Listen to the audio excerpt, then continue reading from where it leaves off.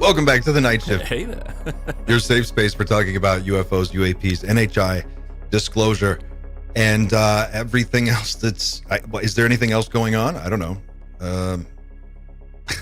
Yesterday, at February 19th, at 6:13 p.m., Donald J. Trump tweeted the following: based on the tremendous interest shown, I will be directing the Secretary of War and other relevant departments and agencies to begin the process of identifying and releasing government files related to alien and extraterrestrial life, unidentified aerial phenomena, and unidentified flying objects, and any and all other information connected to these highly complex but extremely interesting and important matters.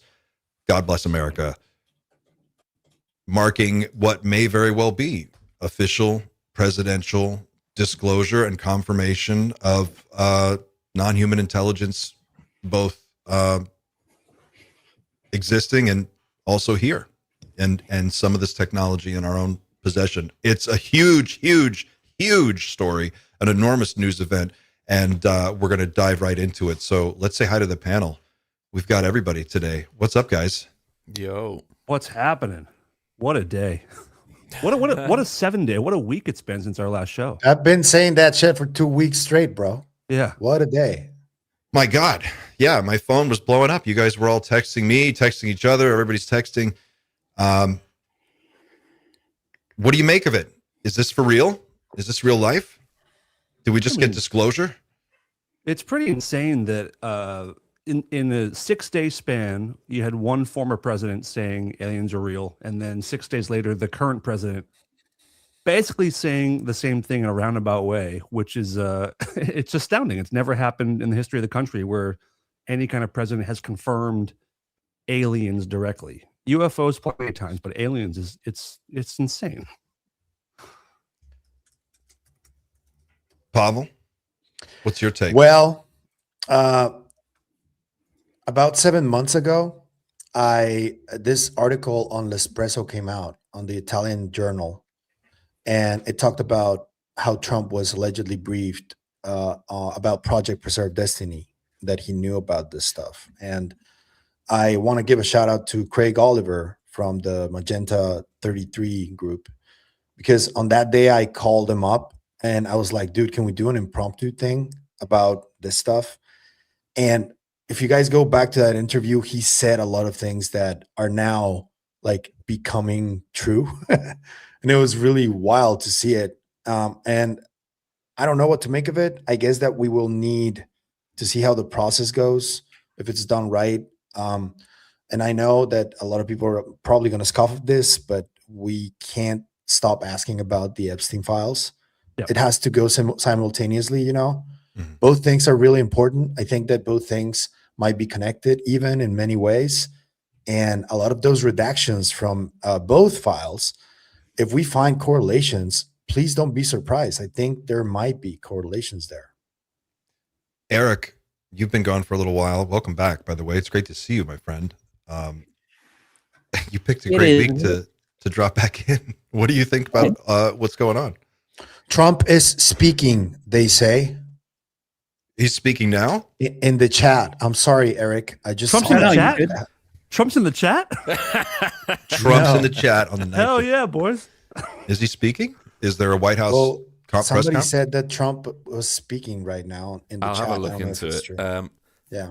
Link us, for guys. anybody who thinks my camera is a little bit pixelated, I'm on potato internet, so apologies. It'll be better by this time next week, but yeah, just you can deal with it. There's more important things going on.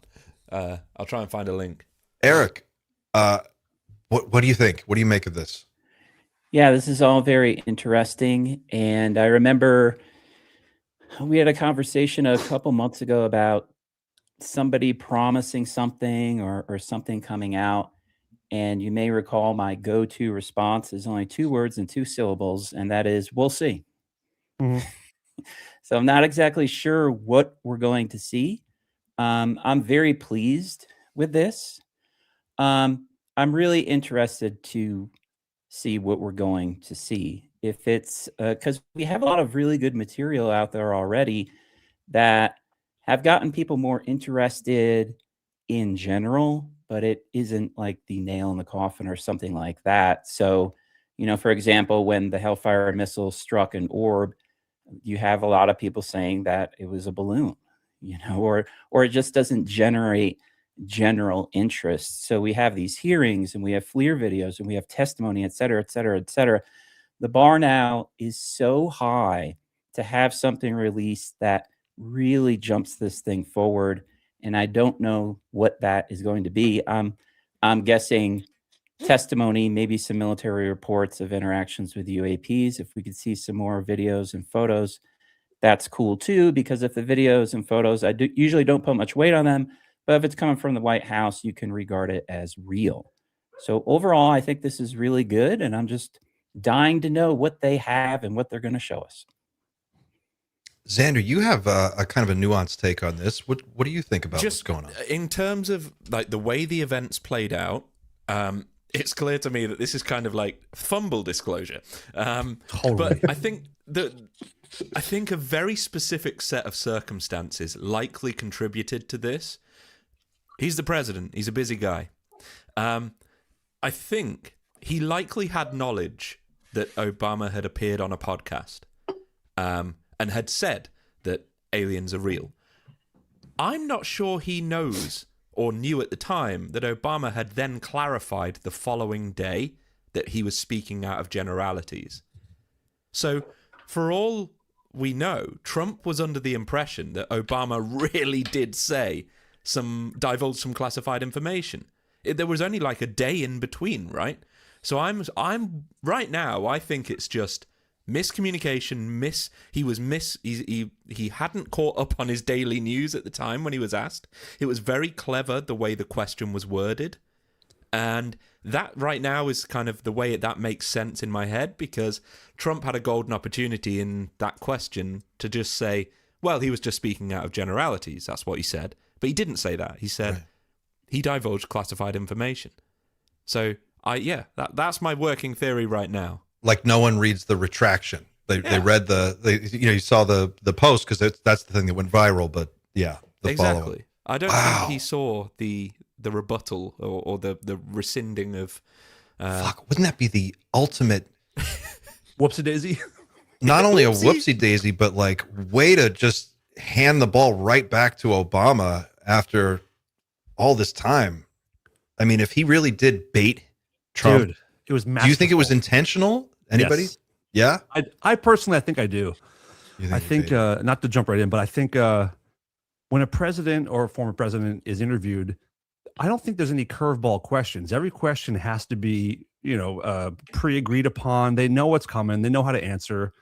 They don't want to be ambushed with some, bullshit question that puts them in a bad spot. He knew what was coming. He knew how to answer. And I think he knew that he was either going to, steal Trump's thunder on the whole UFO thing, and two, back him into a corner brilliantly. And I think both might be true. Wow. And so, Dan, or anyone, would that suggest that, let's just say this genius chess move was pulled off by Obama, which is quite possible. Does that mean that he is interested in disclosure because he knew the outcome would be more information? It's sort of like a casual comment, but if we're going to go with this theory where it would lead to something else, that would have me to believe that he is pro-disclosure. Could be. That'd Talking be nice about if that was the Obama? case. Obama. Yeah. Okay. I mean, Obama has spoken about UFOs on James Corden however many years ago, and answered it very honestly with no laughs, no smirks, no jokes, which was awesome at the time. So I think whether he's interested or not, he at least respects the topic and respects the conversation. So I don't know. Good question. Isn't it true that the production company he's funding is doing a documentary on Betty and Barney Hill? Yep. For Netflix. Yes. Yeah. So, I mean, that's an abduction story and the most famous one. Sure. I would say he's interested. Sure. So it would have made sense that he dropped a little viral statement to hype it. That podcast, Brian Tyler Cohen's podcast, has 6 million almost 7 million subscribers. He tweeted about the Trump thing. I'll find it. He did a whole a show lot. about it. He did a whole video last night about what he did, what he caused. We have that video. Dan, you put a video together that we could maybe show people so that they can be caught up with everything that's going on. Yeah, Cool. give me a second. Make sure it's the right one. Yeah, I only downloaded one of them. Not the nude one. No. Yeah, that's just for us. Private stash. It's a Top journal. shelf stuff. Top shelf. This is it. Yeah. So By the way, guys, hit that like button if you haven't already. We're up to 629 people in here. Let's blow the stream up. We have this is huge news. This is what we've all been waiting for. And it's weirder than ever. So let's see how many times you guys can hit that like button. And here's the video. This is great. If you haven't seen what's been going on, this is going to bring you up to speed. Lightning round here because it's not often I'll get access to the President of the United States. So a couple questions here. Are aliens real? They're real, but I haven't seen them, and they're not being kept in what is it? Area 51? Area 51. There's no underground facility unless there's this enormous conspiracy, and they hid it from the President of the United States.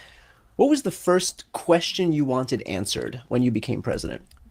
Where are the aliens? Where are the aliens? A lot of attention this week. Barack Obama said that aliens are real. Have you seen any evidence of non-human visitors to Earth? Well, he gave classified information. He's not supposed to be doing them. So aliens are real. Well, I don't know if they're real or not. I can tell you, he gave classified information. He's not supposed to be doing that. Well, he made a big mistake. He took it out of classified information. No, I don't have an opinion on it. I never talk about it. A lot of people do. A lot of people believe it. Do you believe it, Peter? Well, the president can declassify anything that he wants to. So Well, if you maybe I'll want get to him make out an of trouble. announcement, I may get him out of trouble by declassifying.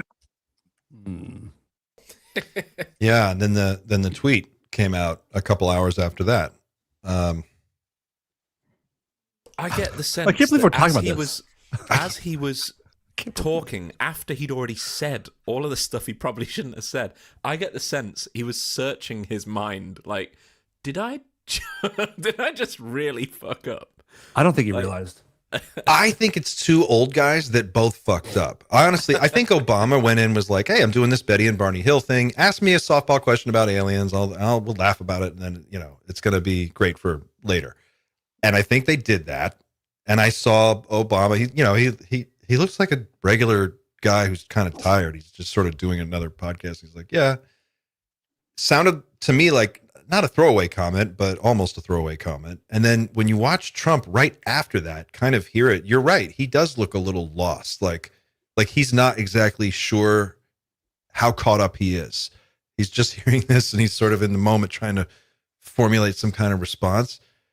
And then it was sort of like, is a tweet an official?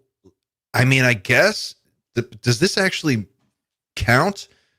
Can you just tweet this? Is there a real order? What do you mean does it count? I mean, are people going to follow? Like, will we actually see shit because a tweet went out, or did he actually sign an order and send it to everybody? Or, I don't know how it works, but is there some kind of, is this going to be Epstein again, where it was like, here's everything, but it's all redacted? Are they going to give us? Of course. Of yeah. course. How do they spin this? Of course. I don't know. I mean, I wouldn't be surprised if we never saw anything. And at this point, I wouldn't be surprised if we saw everything's just so weird. Let's go for some perspective to the Twitter sphere and see. We have pulled a number of tweets that have responded to this news. One was from Lou Elizondo. I think we've got Matthew Pines in there. Jay Stratton also reacted. Jay Stratton tweeted about it. Reed Nancy Summers Mace just tweeted. And Luna. Nancy Mace, Luna. Burleson. It's Dan Cleary. Dan Cleary. Dan Pavel. Who do you want to start with? Let's start with Lou. He's close to home. Let's start with Lou. Just bear with. They're doing a victory lap. Nothing's happened yet, though. I don't think. Nothing's happened, but it's important. major. I think it is major, but yeah, we are currently, as a few people setting themselves up for some humiliation here. I'm kind of trying to stay on the fence. I'm quietly hopeful. But, Me too. But yeah, there's a few people that are going to look silly in a few weeks if I mean, we're used to looking silly. It doesn't really matter. I like Eric. I like what you said. We'll see. Yeah. That feels very stoic and appropriate. Yeah, don't count your chickens before they hatch. Lou Elizondo says, thank you, President Trump, and to those in your administration, as well as those in past administrations who fought for the same goal. Thank you to Congress, to the media, to the whistleblowers, and to the American people whose faith and persistence made this moment possible.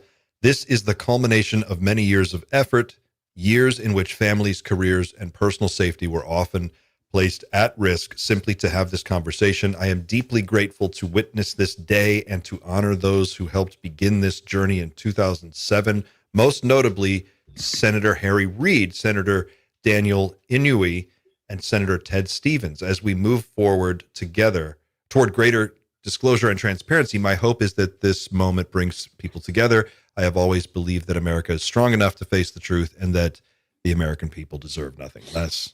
I am proud to have been a part, past tense, of this effort. Lou Elizondo takes the victory lap. Weird.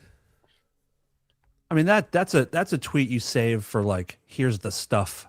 You know what I mean? It's exciting, but that's a premature tweet, I think. If we're assuming that if we're assuming that Lou Elizondo is part of the intelligence apparatus that's managing the disclosure conversation, then he has the inside track, right? He and Matthew Pines most surely would know, right? Yeah.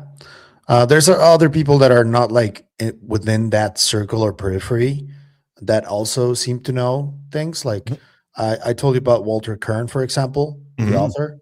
He's been talking to Grush constantly, like they're pals. So you can imagine that he already knows a lot of stuff, and he's been making the darker connections too on X, and also somebody who's like seems to be dialed in. By the way, yeah, who's also someone who seems to be dialed in is Eric Weinstein, because he also reacted to this, and he's not part of that group, the core group. He's a little more skeptical and less hopeful than the rest. My favorite Weinstein anything is the one that Jesse Michaels did with him and Hal Puthoff. Yeah. Where they just hang out in like their living room. Oh, it's so good. I just like to be a fly on the wall. It's so fun. What was the next tweet? We had one from Stratton. Yeah. Or whichever one you have next. Yeah, everyone's all over this, like multiple tweets. I mean, I would love to read out Eric Weinstein, because I'm a huge fanboy. Daddy Weinstein at the end of the day. Oh boy. Don't tell Steven. Yeah. Steven, Daddy Greer has a new documentary coming out. Oh, Yeah. That's interesting. Jay Stratton says, President Trump's announcement is a landmark occasion for us all. After years of fighting for disclosure behind the scenes, I couldn't be prouder to be a part of this turning point in human history. Congratulations, and thank you to Dan Farah for making the truly groundbreaking film, The Age of Disclosure. Less than 3 months after the film's release, 2 U.S. presidents acknowledged non-human intelligent life exists, and President Trump has issued an historic disclosure order. Air quotes on order. I'm adding the air quotes. We are living in the age of the age of disclosure. There will be more watershed moments and issues to face ahead, but I hope all of humanity celebrates this moment. Dan, jumping the gun a little bit. I think we are jumping the gun a lot. True, but I think it's also okay to celebrate this a little bit. It is hugely important stuff. You're right. Whether we see stuff or not, again, 2 presidents confirming aliens basically in a 6-day span is crazy. And say what you want about the Age of Disclosure and Dan Farah, but I do have to think it did play a part in where we are now. So congrats to all involved, I guess. Two Wolves says there's lots of bots in the chat today. Interesting.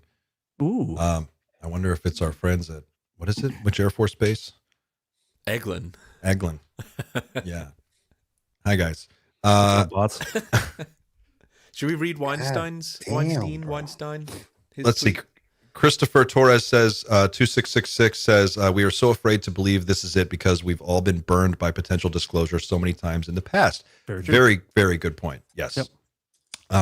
Let's see Weinstein's tweet. What did he say? Let Xander read it. He's so excited. I just, I remember watching Weinstein like way back in the day with Kurt Mungle and before I knew any of you guys. So I've been following this guy for so long. I mean, he tweets a lot though. That's his only problem. He does. He had one initial one. Wasn't that right there? Oh wait, no. It could have been. That is cool that he said that. An enormous secret is buried here. I failed to guess it year after year. Oh, this is it, yeah. Yeah. So let me say this more directly and with a little more precision than I usually do. The reason I'm talking at all like this is that no one inside has asked me not to do so with a credible ask. So here goes. I don't know if we have made alien contact, but there is a mountain of indirect evidence that is all but impossible to explain otherwise. This guy is a genius, I think. You might disagree with him politically, I don't know, but he's a smart guy. Hedge funds hire him to, like, do whatever hedge fund people do, and no one knows what that is, but he's really good at it too. Yeah, I don't even think he really knows what it is, but it works. There is no explanation for the first mountain of real indirect evidence, having given us no hard evidence. This is the puzzle he can't solve. He admits that. Ultimately, this secret involves the hardest of the sciences, maths, biology, and physics. He hates string theory. He's always hated it. He says he's always thought it was sort of like a safety pen where scientists were always funneled into this pen to stop them exploring anything of any real substance. I tend to agree with that, to be honest. What's Togit? Sounds like a Lord of the Rings character. Sunset program that the Biden administration discussed with PM. What? Oh, this is what he's talking about, the funnel of science. Okay. It cuts off all the oxygen to anyone that challenges the decision to seal our best professors into the intellectual sarcophagus of modern quantum gravity, so they cannot threaten our national interest. We can leave it there. It's I was thinking the same thing. We get him. We get it. I think it's a really cool take. I like that he's not. I don't think he's jumping the gun there. He's saying the words "I don't know," which is probably an appropriate response right now. Yeah, it sounds like he's also like a we'll see kind of guy. Show me something other than the tweets. Isn't Togit the only game in town? Doesn't it mean that? Yes. Yeah. Okay. I mean, there are other things going on. We are about to go to war with Iran, like, which we saw coming from 30 miles away. Everyone saw this coming since a year ago, at least. Well, for 30 years it's been coming. So now it's finally here. And of course, the Epstein fiasco is still playing out. Andrew, formerly known as Prince, was arrested on his 66th birthday. Finally, somebody got fucking perp walked over this thing.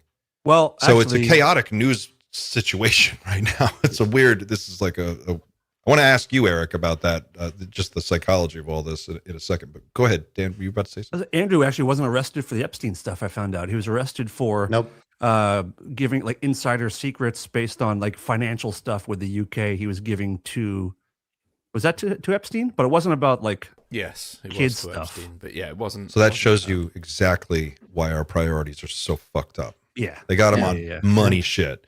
Have you seen the cottage where he's going to be? Have you seen the cottage where he's going to be imprisoned? The cottage? No, I'm sure it's lovely. Oh, man. It has a lake. Oh, my God. So the Sandringham estate. I've spent Christmas on the Sandringham estate, by the way. It's about the size of Austin, Texas, comparatively. And And it's basically owned by the royal family. There are villages inside this estate. Like they're sort of halfway between public and royal land. In a way, the royals own all the land in the UK anyway. But you have to drive through this property to get to certain parts of the UK. It's a forest. It's a county that's just basically inhabited by the royal family. And so when not Epstein, I may as well call him it. When Andrew Mountbatten, as I like to call him now, when he was kicked out of his main residence in Sandringham, his castle, effectively, he was ushered into this tiny little cottage on the edge of Sandringham, which is still, I think, about an 8-bedroom, beautifully maintained. How humiliating! Cottage. He's got a staff. Yeah, he's still got staff. He's still got drivers. He still has security. Can you imagine being someone who has to work for that fuck? And like go around and like I'll fold his fucking underwear and shit and like go. I would be like, fuck that. I'm not doing this job. I will not. No, I don't know who could work for this guy. How do you? I'm just curious. How do you guys in the UK stand these fucking people at all? Like, why have you not overthrown the monarchy for everyone in started the UK. another country? There is a huge, a long entrenched love of the royal family with at least 50% of the population. It's as simple as that, and there are plenty of anti-royalists. I myself am one. I have nothing against them as actual people, apart from, obviously, well, he's not royal anymore, so it doesn't matter. The rest of the royals, as people, I don't know them, so maybe they're cool people, I don't know. But at the end of the day, they represent an institution that I no longer support. So I would call myself an anti-royalist. I just want them to kind of give the land back to the public. And, you know, we don't need a monarchy. Is there a coherent tourism push for that to ever happen? No, or is that like nothing. getting corporate money out of politics for us? That's just like a dream. Nothing on the horizon. At the end of the day, it's almost a bit of that's on the back burner right now. There's bigger fish to fry. Sure. But ultimately, the royal family needed this to happen to Andrew Mountbatten for sure. That's the reason he's no longer royal. That's the reason he's about to be removed from the line of succession, which is his birthright, apparently. So yeah, he's effectively an ordinary citizen in every sense of the word now, and they're making the royal family at some point will have to make a spectacle of him.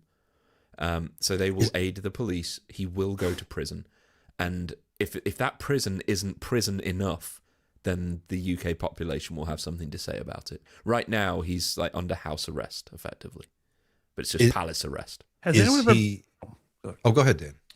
Has anyone ever been removed from succession before? Has anyone ever been removed from the royal family before? I have no idea. But people have been removed from the royal family, but not the king's brother. Weren't the blood? Okay. Elizabeth's uncle, wasn't he like really controversial and he was like separated? But he was still getting money and all that stuff, right? Like, oh yeah, they're paid for life. I wouldn't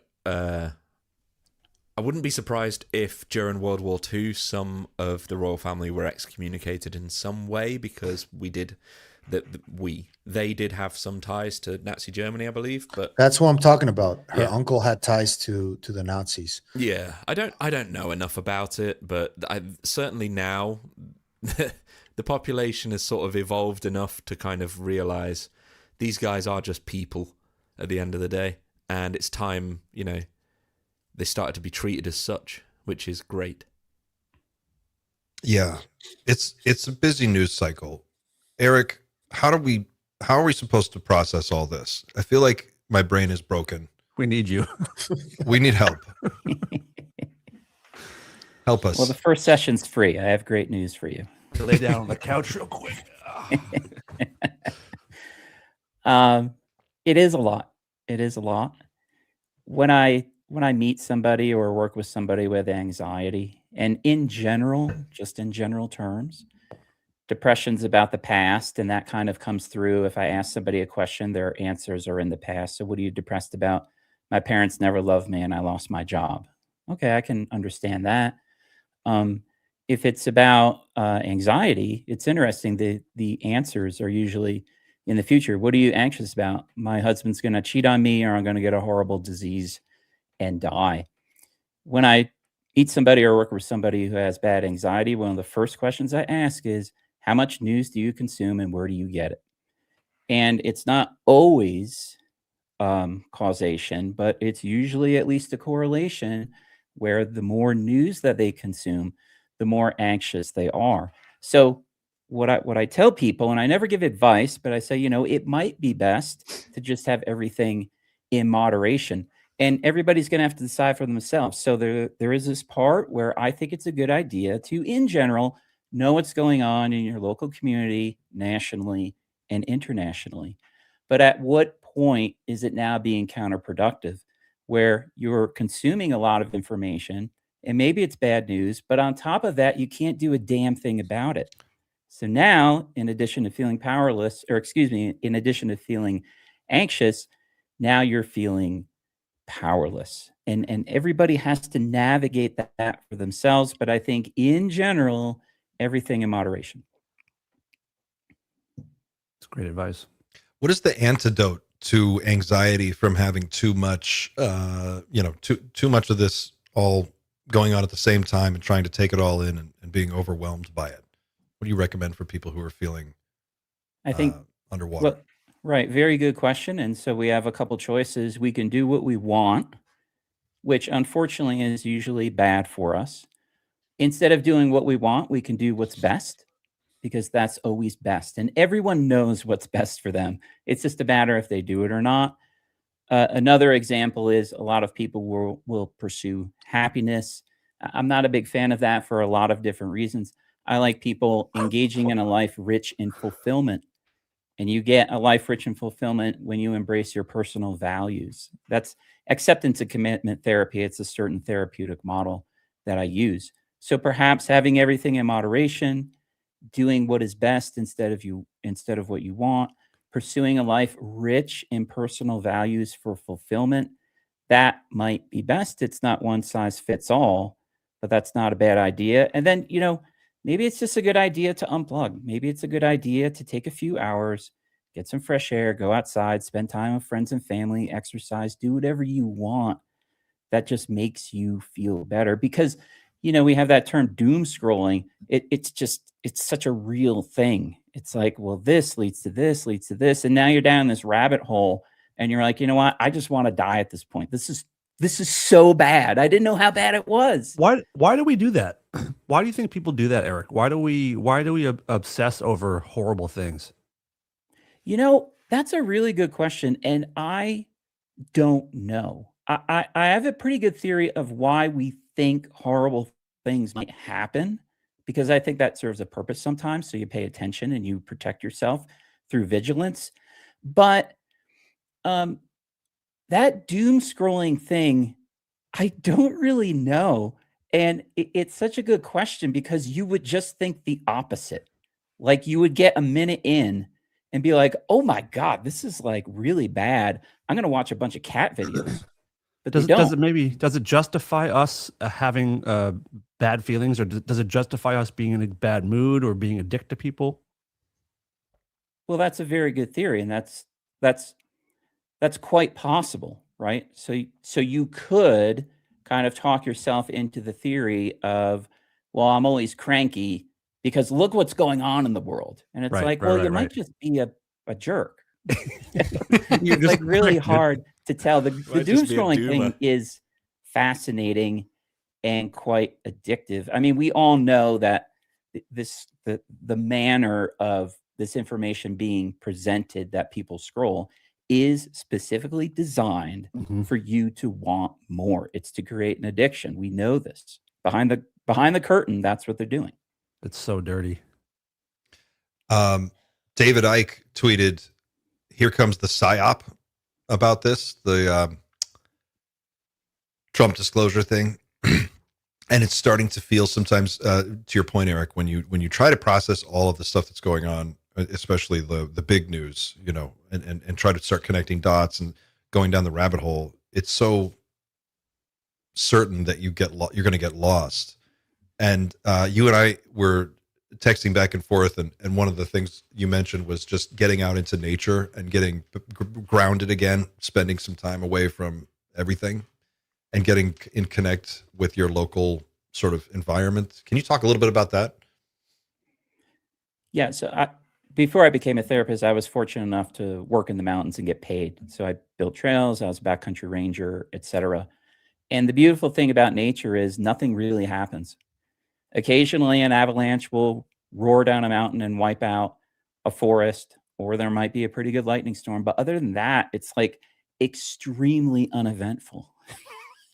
And I think that's what some people could benefit from. Some people are uncomfortable in that environment. It would just make them more stressed. For me, it's part of my life.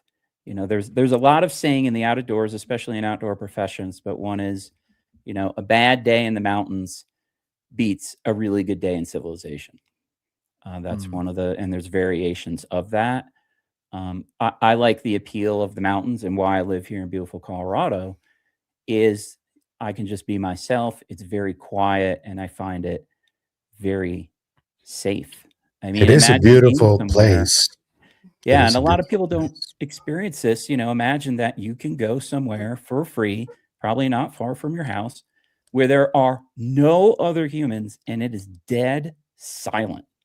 And you can just sit there with your thoughts as long as you're comfortable doing that. It's pretty cool. It's pretty cool.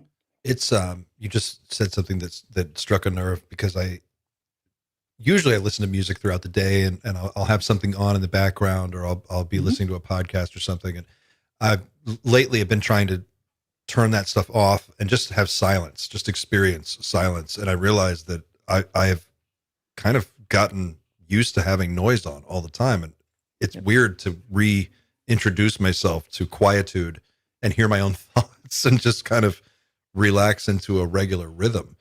But it is so therapeutic. Just, to be away from it all. Do you think, Pavel, you started to say something, I think we were, before we went live, about just how much of this is overlapping, about the Epstein stuff and the cover up. There was a comment that just came in. This is from Dova Eliath. I hope I'm saying that right. I see some elites still trying to make a joke out of it, another pushing the threat narrative. But to me, the most important disclosure is the corrupted organization that kept us from this, the reversed engineered tech and the spiritual aspect of it. Great comment. Yeah. Can you talk, you guys just opine a little bit on what you think the connections might be, and if there are any? Yeah. Something that also happened over the last 2 weeks is the whole jump in the AI game. You can see the tensions are really high right now. I told Dan a couple of weeks ago that one of the Google founders, who's no longer at Google, he used to be a CTO or something like that. He used the term non-human intelligence to describe the arrival of AI. And Jeffrey Hinton? It's on LinkedIn. Just the other day, he said alien intelligence. I think that's what he said. Non-human intelligence, he said. Yeah. Sorry, I didn't mean to cut you off, but yeah. No, and I think it's part of that. I think that also the whole religious aspect of this is going to eventually blow up as well, because there's a lot of misconceptions about religion in general that have persisted, and I think that this is controversial to say, but I'm one of the people who believes that pretty much every religion is a UFO based religion, But they all had really weird experiences. In terms of the actual cover up, though, and the behind the scenes sort of treachery and weirdness that's going on, I mean, it's hard to untangle. Like with the Epstein thing, it seems like the further you dig, the more people you find that are connected to this in some awful way. And I imagine most of those people, if not, all of them, are somehow tied into what's going on with this UFO cover up in high finance, banking, defense industries, intelligence people from various different intelligence agencies. There is a lot of overlap between those two worlds. Do you see any direct connections between that and this, or other than, this being maybe a big distraction? Los Alamos is my big one. Do you mean the religious organizations? I'm just talking about people involved. Were there people Yeah. involved in the Epstein thing that we think are Well, involved well, in this? I think that in general, there has been an established secrecy of reality in general, not just UFOs, and it has to do with everything. It has to do with science. It has to do with religion. It has to do with this topic, ancient history too. There's a lot there that has been hidden from us and has been even destroyed ever since the times of the Library of Alexandria. Like here in Mexico, there's something that happened also in the early 1800s where another library was burnt and a lot of artifacts were there from ancient civilizations from Mexico and Central America. A lot of that shit has been happening for millennia, like information, data, artifacts, everything being hidden from us and erased from history. I think that's the main thing, and it's all converging. I feel like taking a step back and looking at it from like sort of the 30,000 foot view, for me, the big takeaway is these organizations that are designed to internalize everything and protect secrecy at all costs, and these sort of weird clandestine networks are completely out of hand. That's what we're finding out. These people have gone completely off the fucking rails. Whether you're talking about Epstein and everything that was involved with that, or the UFO cover-up, where no one seems to know where anything is or what's going on, but we're spending trillions of dollars every decade on this project, and it's just constantly unwinding. Is this the beginning of unraveling that? Do you think we're starting to see that, or is this just going to be a kind of a head fake towards disclosure to distract from the Epstein news cycle? I see people taking the victory lap. I understand why they're doing it, but I'm kind of with Xander on this. I don't think it's time yet. No, Yeah, I agree. There's a big connection. Epstein talked about himself in a way. There's a clip that you can find. So Epstein bought a ranch in New Mexico called Zorro Ranch, and he bought it because of its proximity, its distance to Los Alamos National Laboratory. And he did that because he even said that he was poaching some of their geneticists and scientists to use for his own stuff. And I think with the UFO topic, we're going to find out sooner than later that a huge part of it is genetics and that kind of stuff. And Epstein purposely, and in the 80s, 90s, and 2000s, Los Alamos was kind of like a central hub for a lot of the UFO stuff. And so Epstein poaching people from there, I find incredibly interesting, especially because Epstein was talking about genetics, and now we're finding out that on that ranch they may have been working on cloning and that kind of stuff. And there's emails between Andrew and Epstein about clone. Like Andrew said, if you clone myself, like, is it okay for me to clone myself from my own body parts? And Epstein's like, yeah, sure. And Andrew's like, well, what about the moral aspect? And Epstein's like, well, we'll just make it without a head. Just matter of fact, we'll make one without a head for you. What? Yeah. That's crazy. You wanted to clone. Yeah. There's emails with Epstein talking a lot about genetics and cloning and shit. There's Well, I know about the multiple- genetic stuff, but I didn't know about cloning a body with no head. Yeah, he made that comment, and it's hard to interpret tone from an email. It may Sure. have been hilarious, like, let's just make it with no head, but it seemed like, we'll just make one without a head. We'll just grow a meat bag for you for body parts. And then you can harvest the organs. Yeah. And the these UFO people genetic are- stuff that's a big thing I think we're going to start talking a lot more about. This is why I'm all in on Secret Space Program, because look at what people will do if you just give them unlimited money and let them go crazy. Like, they will do the craziest shit you could dream up. Coming out Surely. today, yeah. Chris Ramsey interviewed Ross Coulthart, and that comes out today, but I watched it last night because I'm on the Patreon, and you're going to really enjoy their short conversation about the Secret Space Program. Ross might be on really? board. Yeah. No spoilers, but it's a pretty cool. And it sort of connects with something Sander has said before about it, that Gary McKinnon is like a believable source of that. It connects to that, and I thought it was a very interesting exchange. Yeah. So, Eric, as the person here with the most military experience out of this whole group, do you think what would it take beyond a tweet, a very aggressive tweet, to to make disclosure happen? Like, what do you think it would actually require to get the chain of command in motion around something like this officially? Well, yes, I do have the most military experience here, but that's only because everyone else has zero. So I'm not particularly. That's not particularly. I play a lot of Call of Duty. That's got to be worth what? That's not particularly telling. Yeah, what I was thinking about with that tweet is this possibility. So Obama is on this podcast, says yes, aliens are real. And I was thinking Trump was maybe like, oh no, Obama's getting some attention. So I'm going to come out with this. Oh, don't listen to him. I'm going to give you all these files, right? So kind of self-centered in that manner. But I don't know how the gears of bureaucracy work if you're going to release stuff. Now, Trump is known for doing things off the cuff, right? So it could just be a matter dude, that's not fair. Unrestrained compulsiveness. The man cannot control himself in that manner. But could there be something in place already in which the tweet was not compulsive, in that it was revealing something that was already in place, and he was just looking for a good opportunity to share this? I think that's a possibility. And this reminds me of a comment Dan made a long time ago where Skywatcher was like, yeah, we can call in a UAP.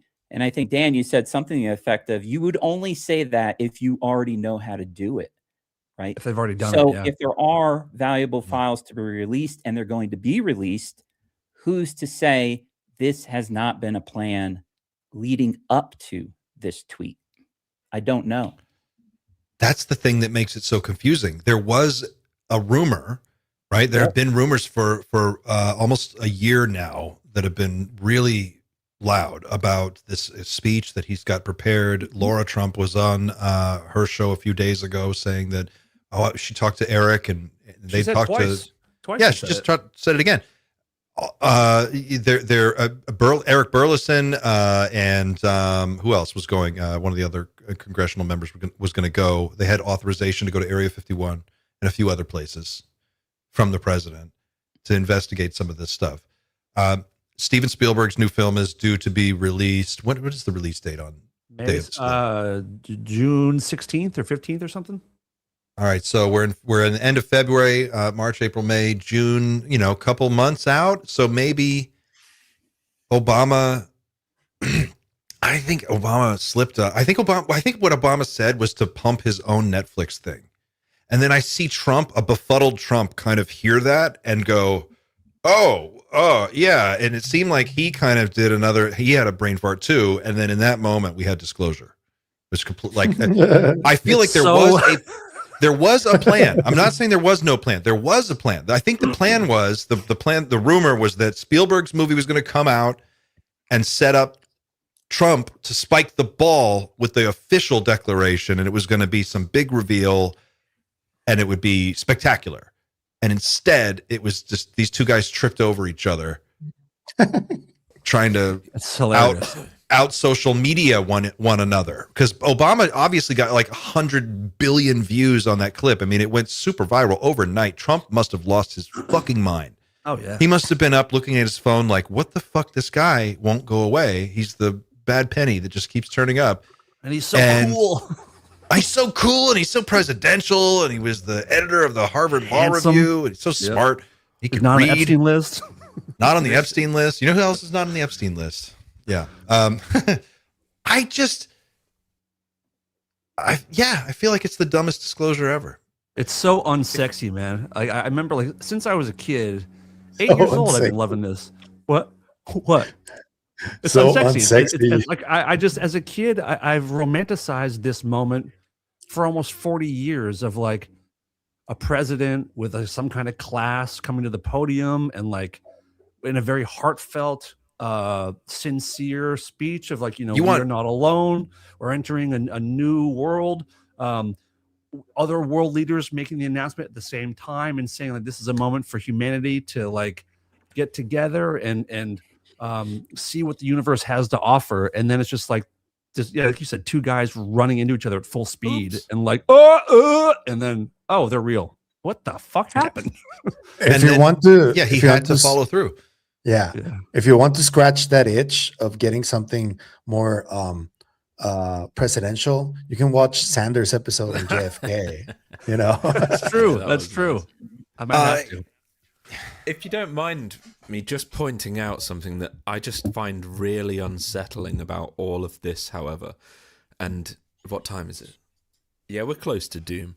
Top of the hour. Doom o'clock, baby. Right now, I've had Trump on doing the White House live stream for the past 40 minutes or so. The guy is talking about tariffs right now, right? If maybe there is a plan for disclosure and there's going to be some sort of announcement, I can get on board with that. But when I see such stuff going on it seems so insignificant in comparison to what could be announced, it makes me think, okay, there's a few options here. Either there really is nothing to announce, and I'm a ufologist, I don't believe that. But the other option is what they will announce is going to feel so mundane compared to what we're expecting that right now it's still appropriate to talk about tariffs for the next 3 months. It's still appropriate to talk about giving Iran an ultimatum. Because Dude, we put 2 aircraft carriers off the coast of Iran. We got a dozen fucking warships that we're about to go to war with this country.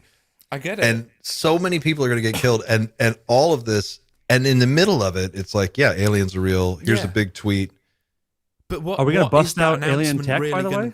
Yeah. What is that announcement really going to be when we've got business as usual going on at the same time? That these talks that are happening, they have implications that last for years.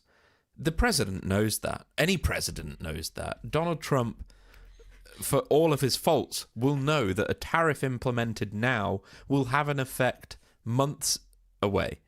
So if he is planning to do any sort of disclosure, it's going to be so milquetoast that the tariffs are still relevant at this point. Otherwise, he's wasting his time right now. Maybe one thing about the tariffs, did we mention that there was a Supreme Court ruling? Yeah. Okay. Well, we didn't mention it, but this is what makes me feel good about the UFO stuff. The Supreme Court just knocked down his tariff thing. So he kind of got spanked today, and he's a little bit embarrassed. So he might be hurting for a win right now, which might actually help this conversation a little bit.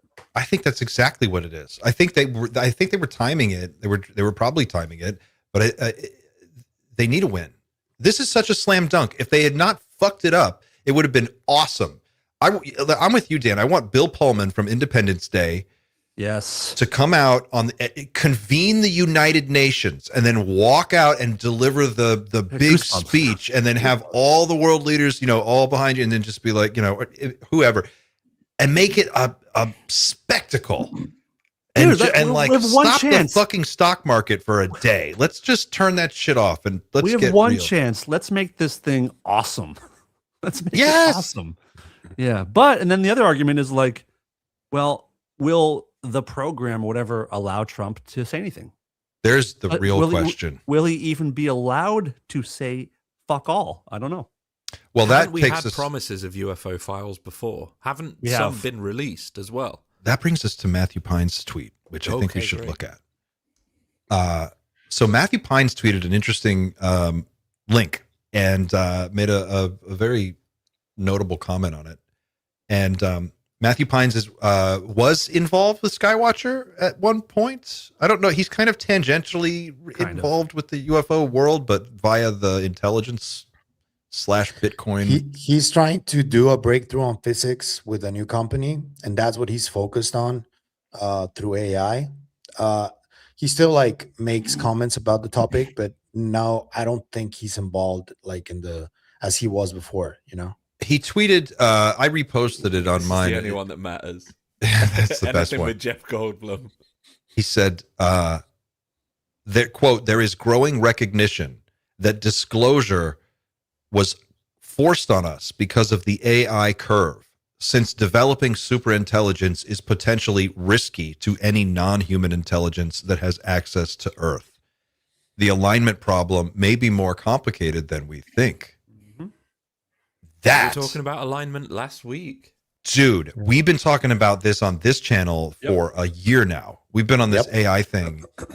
Xander's hot on this AI thing. We've been talking about it. There was a merger announced a few weeks back between Trump's Truth Social media company and a fusion energy company called TAE Systems, I think. And TAE Systems, in their press release, you can look this up, they specifically say winning the AI race is the goal of deploying their fusion reactor technology. And if you look at the top donors to the Trump administration and Trump personally and the White House, I mean, it's all the top AI companies. And we know that energy is the bottleneck to unlimited intelligence. So if you were going to optimize for superintelligence, first it would make sense to optimize the AI to rewrite its own code. And then once it's really good at rewriting its own code and doing these recursive self-improvements, you can literally just pour in as much electricity as you possibly can and keep building data centers, and you're going to get to superintelligence. And that unlocks the rest of the game. That unlocks all the cheat codes. These guys know that. And I think this UFO news, the TAE fusion, TAE Systems merger with Trump's media company, creating this new whole entity where they own half of the stock, each own half of the stock. This is weird timing for all this stuff to happen. And with this new Matthew Pines tweet, he's throwing a new twist on this, and he's saying that NHI might be paying attention to our AI development, which is something, Xander, you honed in on way back when. And maybe now's the time where they have to make a move. The thing that we've been saying all this time is sooner or later, the window for them to do whatever it is they're going to do will close. And I think that day is on the singularity, whatever day that happens to be. And we're getting very close. The idea was originally that nuclear weapons were just the signal that AI is about to happen. More than anything else, is within just a century. Yeah, okay, they've just cracked the atom open. We need to start watching these guys because they're probably less than 100 years away from AGI, which is what AGI does.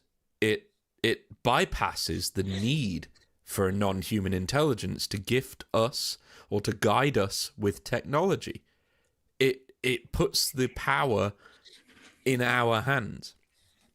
And you know, if we take other ideas into account, it might be a case that AGI will open a door for us and we'll look through, or it will peer behind the curtain and we will look and we will see there are so many other civilizations already there, and our AI taps into exactly the same framework. Because as I've said a few times now, AI, when it becomes smart enough, will evolve. Technological evolution, it will evolve along the lines of the laws of physics, because that's how it will reach its natural limits. And in doing so, it will align with all other AGIs that have been created throughout the universe. Do you really think we're the first civilization to ever create AGI? Not a fucking chance. And Xander, are you painting a scenario, just so I can understand this, are you suggesting that it's going to be similar, like a similar situation might be a civilization invents the radio and then realizes there are a bunch of other people speaking over the... Thing. Our AI will create the cosmic radio, whatever that is, and we'll suddenly be surrounded by intelligences that are all talking to each other. Exactly the same thing. And we will open the door and we will be like, hey guys, and they'll be like, oh fuck, these guys. We thought we had more time before these guys would show up. But I think there is likely, with any sort of network, it's a good idea to firewall that stuff so that you don't just get any Tom, Dick, and Harry turning up that might not be ready to communicate with everybody else. Yeah. And so that's the whole idea, is that we are being cultivated in that way so that we don't get there too early. We don't destroy ourselves in the process. It's beneficial for the grand AI of the universe, for it to have, more, another node, let's call it, created on Earth, because it just helps its permeation throughout the universe. It's efficient to do so, but we really need to think about what's going to happen when we initially open that door. Are we going to be welcomed, or are they going to say, nah, not a chance, you're gone, and then that's it, they'll just switch us off? I don't know. And so, Xander, I think part of this is NHI benefits or relies upon our isolation in the universe. Is that fair? Is that our air gap? Yeah. Right now, I think we haven't demonstrated, at least I haven't, I don't know if we demonstrated our ability to deal with AGI. We don't even know, like AI 2027, the paper that came out, we don't know what's going to happen 3 years from now. And as Matthew Pines rightly pointed out, there is an alignment problem. And there is, because we don't know how to create an AGI that aligns with us. But we don't even know if that alignment is appropriate for whatever other AGIs have been created throughout the universe. Our moral record is not good so far. We also don't even align with each other, by the way. Yeah. Like in so many ways. So I don't know what I don't know. It does feel like a lot of proponents of AI 2027 say we just need to slow down a little bit. Like, let's just, before we make a decision to innovate, let's just stop and ask whether we should. And it's great that he had Jeff Goldblum, because there's that Jurassic Park quote, isn't there, where it's the scientists were so concerned about whether they could, they didn't stop to ask whether they should. Like, this is it. This is the moment right now. Yeah, I am convinced that the ticking time clock is the AI time clock. Those are the same. The NHI time clock and the AI time clock are the same clock. Either, no matter how you cut it, and whichever way you cut that cake, if we develop our own artificial superintelligence, we will not be in control of it. That will not happen. It will be in control of us, and that is a fact. And if NHI are paying attention to us, that's the thing they are going to have to deal with. So we know, because all of the top minds in this field are desperately trying to get our attention, and they're screaming like, please slow this down, please regulate us so we can slow down, because we can't do it on our own, to the point now that it's like deafening. We are only a few months away. Like, you could measure it in months, probably. Dario Amodei said 2, I agree, 3 years, 36 months. 36 months. His conversation with Lex Friedman was so good about the present of AI. It was like last week. And it was as it was happening, the whole OpenClaw acquisition from OpenAI, which I think that was the revolutionary thing that happened in AI this past 2 weeks, that these agents are the ones that are, it's the new tool for technology right now. Like, everybody's going to have an agent eventually. It's going to be exactly like the internet or iPhones. And I think it's still not, I think, AGI, but I don't know, the way it can like self-correct itself. Like, dude, did you see the Unitree, was it the Unitree G1 robots at the Chinese yes, performance, shooting guns and all that stuff, right? No, the ones that run up a wall and do a backflip, and they dance with children with swords. They're swinging swords around, and there's little kids jumping in and out. There must be 45 robots on the stage. I mean, all in one big collective. It's not a question of like, can they or can't they do it right now? It's the pace of progress is so fast now that we're talking weeks and months now. We're the time period of years is no longer relevant. I think we're in 36 months to crazy shit. And every few weeks, I mean, we just had a few weeks ago, it was Atlas doing a double backflip. They showed this video of Atlas in a room doing a double backflip. And then not even a week later, the Unitree G1, which I think is their most affordable robot, by the way. I think you can buy these for like $8,000. They're not that expensive. It's cheaper than a car. And they're running up walls, jumping off of things, coordinating with 50 human dancers in real time. Holy shit.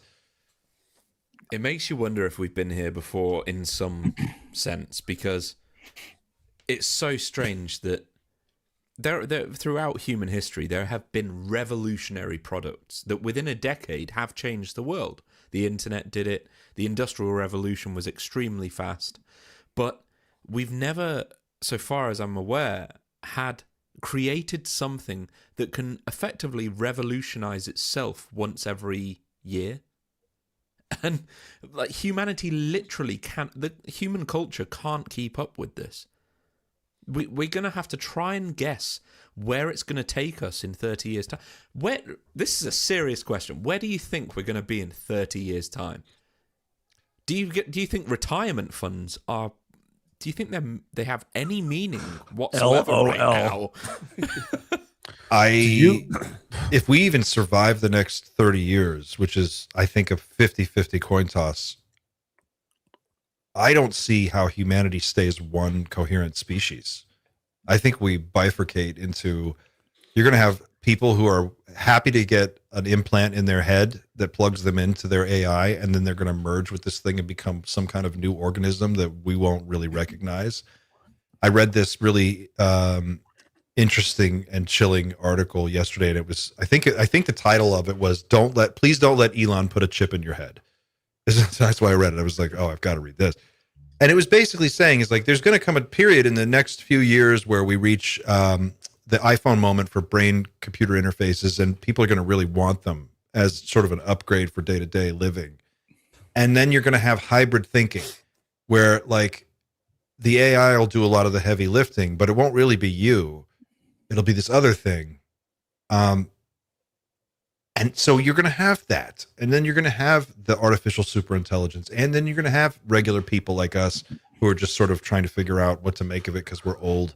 Don't forget, Clint, the whole genetic aspect that we still don't know what the fuck that is, what's in our DNA. That's also going to play into all of this. And it's also going to start being a conversation simultaneously with everything else. So we can't forget that. Hamadeh calls, he says, forget the superintelligence. This is one thing I really like his take on this. He goes, don't think about the superintelligence. Think about 100 million geniuses in a data center, all working on one problem. You know, like what could you do with 200 million geniuses or three, you know, and now when you start really thinking about it, like just agents, as you said, like individual, we had the bot sort of agent thing take off. We've had these robotics advancements. You know, all of these AI guys, when they do these interviews, look extremely nervous. You don't see any of them walk in with like a smile, like, hey guys, are you ready for the future? Because it's going to be awesome. Because they don't know. They look scared as hell. It's always a case of that they kind of walk in and they go, yeah, we're doing some incredible stuff. I don't know what the fuck's gonna happen, but it's incredible.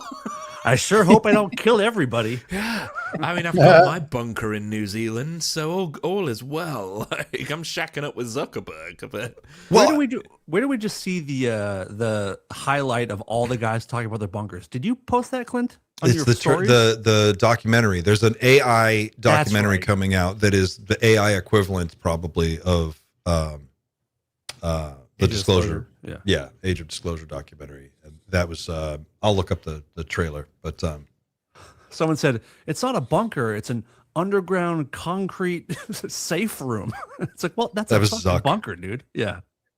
I wouldn't call it a bunker. It's more of like, it's like a double reinforced full of food, all of the apocalypse and all of that. It's called the AI doc, or How I Became an Apocalyptimist. Apocalyptimist. Oh, that's funny. I'll put this in the chat for people who want to check this out. This is cool. Apocalyptimist. Apocalyptimist. There we go. Sounds like a Dr. Seuss character. Let's see here. We've got Huskers says Pavel is spot on. There is far more beyond the surface of the UAP UFO alien topic. I believe it is deeply rooted occult over 100,000 of years in human history on Earth. The human psyche has been purposely stymied. Josh at Polarity has uncovered a lot. Shout out to Josh, man. Shout Let's out get Josh to Josh on here, by the way. Let's get Josh on this stream. We've been circling. We've been trying to talk to. He's on the other side of the planet. It's hard to. So is Xander. No, but he's further. Oh yeah. He's in He's Australia, like right? no, The big he's in problem Asia. is the difference He moved to between Asia. myself and Josh. That's like a 10-hour difference or something. That's Yeah. crazy. He's like in Indonesia or something like that. Okay. He moved there. Jeff Wheeler says, I told my parents about what Obama and Trump said. They are glued to the TV over Nancy Guthrie. Why is she dominating the news? Great question. Because that's the way they do it. That's the game. It's just, no one knows what to make of Trump's tweets anymore. I think that's part of it. I think the other part of it is there are a lot of different things going on at once. And until this really moves the needle more than that, they're just going to focus on distracting you with other stuff. This is really making the news, though. This is hitting This is hitting CBS, NBC, BBC. I guess. The BBC literally tweeted it earlier, which I've never seen before. Yeah, you're kind of seeing this everywhere, and a little less laughter than before, which is nice. Still some laughter, but it's definitely making the rounds. It's tracking. It sounds. I guess it's because it's both of them. You have. Yes. You can't. Thanks, escape Obama. it. Thanks, Obama. So someone I did that in another group chat we have. There was a someone asked like, what would be the best way to go forward with like an announcement, and we talked about a joint press conference between someone like Obama and Trump at the same exact time. A press conference with the joint. What? Yes. There you go. It's like Cheech and Chong. A Cheech and Chong disclosure is what we're going for here. But just two of them. So there's no like political push or pull. It's like the epitome of this and the epitome of that together being like, guys, it's a thing. Let's work on it. It'll never happen. It will never happen. But at one time, it could have. Yes. It could have. It would have been possible. Maybe. I think Obama probably would have done it. I don't like think George Trump would W. ever. Bush and Obama could have done it. Bill Clinton and W. Bush could have done it. W was, you mentioned earlier, you were talking about presidents who have said stuff about this and how it's not really a laugh line anymore. But I remember you reminded me of George W. saying it, and he got serious. He started out at the beginning of that sentence. He's saying it as kind of a joke. And then they push him on it again. And he's like, he gets like super weird about it. And that always stuck with me. Mm-hmm. Well, his dad, him of all people, it just seemed weirder coming from him. Well, because his dad, was the head of the CIA, and his dad, and his vice president was Dick Cheney, right? Yeah. Right. And Eric Davis said that W. Bush told him that the Holloman landing was a real thing. So I think, W is I think he knew some shit. First, I want to ask you, this is a question that I think is very important to me and very important to the country. When you were in office, and I don't know when this happened or if it happened, did you go through the secret files, the UFO documents? Because if I was president, that'd be the first thing I did. It's funny. My daughters asked the very same question. They did? Yeah. Would you be allowed to tell your daughters what was in those files? No. You would not? No. Now that you're out of office, you can do anything you want, right? True, yeah. But I'm not telling you. You're not telling me. You're not telling me what? Are you not telling me that you looked at them? I'm not telling you nothing. Are there really great secrets that you know that you can't share with people? Yeah. Yeah, there are. Oh, right and there. you would never write about them. No. Maybe at a time in your life that you're like, I'm 90, I'm going to do it. No. No, nothing. What if you were to get like a little like loopy, you get old and start drinking again? Start drinking again. Guillermo, get some tequila. Yeah. That is saying a lot without saying a lot. Really He's skull and bones, man. I mean, of course he knows. Skull and bones. Those guys. What also says a lot, and I knew it was coming, is Fallon could not finish a question without people laughing. Yeah. And I think that's going to go the way of the dodo soon, and I'm really looking forward to it. Yep, I agree. It's still such a chuckle thing. It's like look back at the last presidential cycle when Chris Christie was asked. Yeah. And even he was like, "Oh, you're giving me the UFO question?" And the room goes crazy. Like, yeah, that orchestrated stigma thing was so effective and is still so powerful.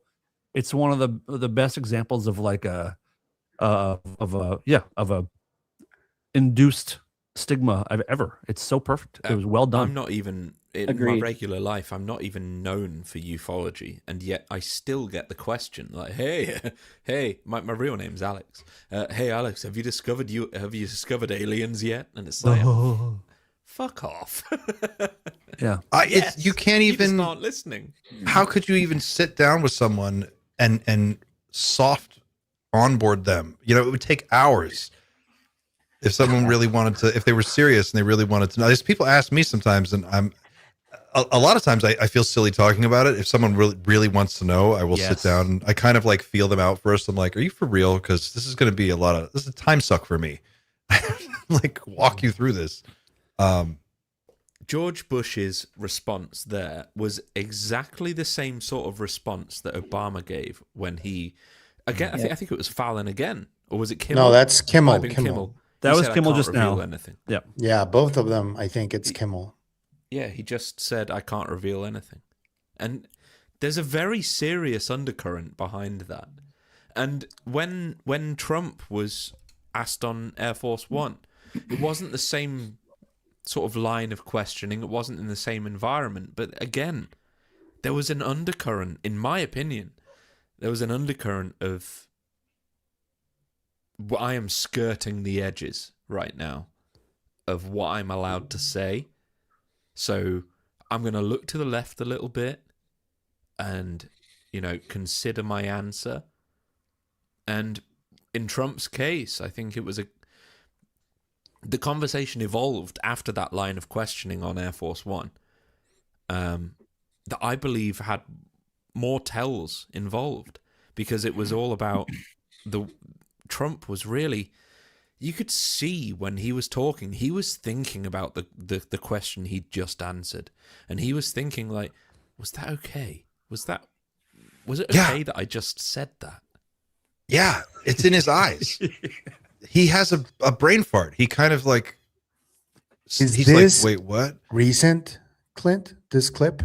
This is from today. This is just after. Oh my God, I haven't seen it. Okay. Oh, I haven't seen this either. Oh, 3 days ago. I'm sorry. This is just after Obama made the statement, I think. But this is all about Epstein. Yeah, this was all about Epstein. This is I've seen that one. Has he reacted since then? He hasn't done anything since yesterday. No. I've seen that people are actually asking where he is as well right now for some Sean reason. Ryan? Yeah. I don't know. He probably tweets like 1,000 times. I'm sure North Carolina or something. This is Sean Ryan reacting to the Obama news 3 days ago. I'm curious if he's tweeted anything about it recently, but I've been pretty quiet about Pam Bondi in front of Congress the other day talking about how the Dow's up to 50,000. Nobody gives a fuck, because what you should be talking about is how you are going to investigate and prosecute any pedophiles that were running around on Epstein Island that you're affiliated with. But we didn't talk about that, did we? Oh, and what's the excuse? What was the excuse? Oh, if we prosecute everybody, the whole system would go down. Well, you know what that sounds like? You know what that sounds like? That sounds like how Trump ran his campaign. Let's drain the swamp. Doesn't that sound a lot like draining the swamp? It actually is drain the swamp served up to you on a fucking silver platter. But you're not going to take it, are you? You're going to protect pedophiles. You're going to protect pedophiles rather than go after them and hope that everybody's happy that the Dow hit 50,000. Are you fucking out of your mind? He's so pissed. He's awesome. Oh my God. I guess the whole drain the swamp campaign promise was another fucking bullshit lie, huh? Man, the lies are stacking up fast. I've never seen so many fucking lies appear in, what, a year? It's only been a fucking year. Look at all the fucking lies. You know, wanted to talk to you about something else too. Then you got Pam Bondi and what's that other guy's name? Todd Blanche. Yeah, running around giving Ro Khanna and Massey all this shit. Get to the alien. You know, you have two guys that are in Congress that are actually, when it comes to putting pedophiles away in prison. I just want to see the alien. Senators, Isn't that fucking word talking about that is all the shit flagged? of what's in those fucking files. Guess what, Congressman? All right. Last all right. thing. One last thing. Oh, here it is. I saw this shit pop up the other day. Obama goes on some random podcast that nobody's ever heard of and just happens to drop, oh, aliens are real. Yeah, tell me that shit's not fucking orchestrated. Right in the middle of the biggest pedophile ring exposed in the fucking world. All of a sudden, we're gonna drop that aliens are real. Fuck you, motherfucker. Fuck you. Okay. All right, Sean.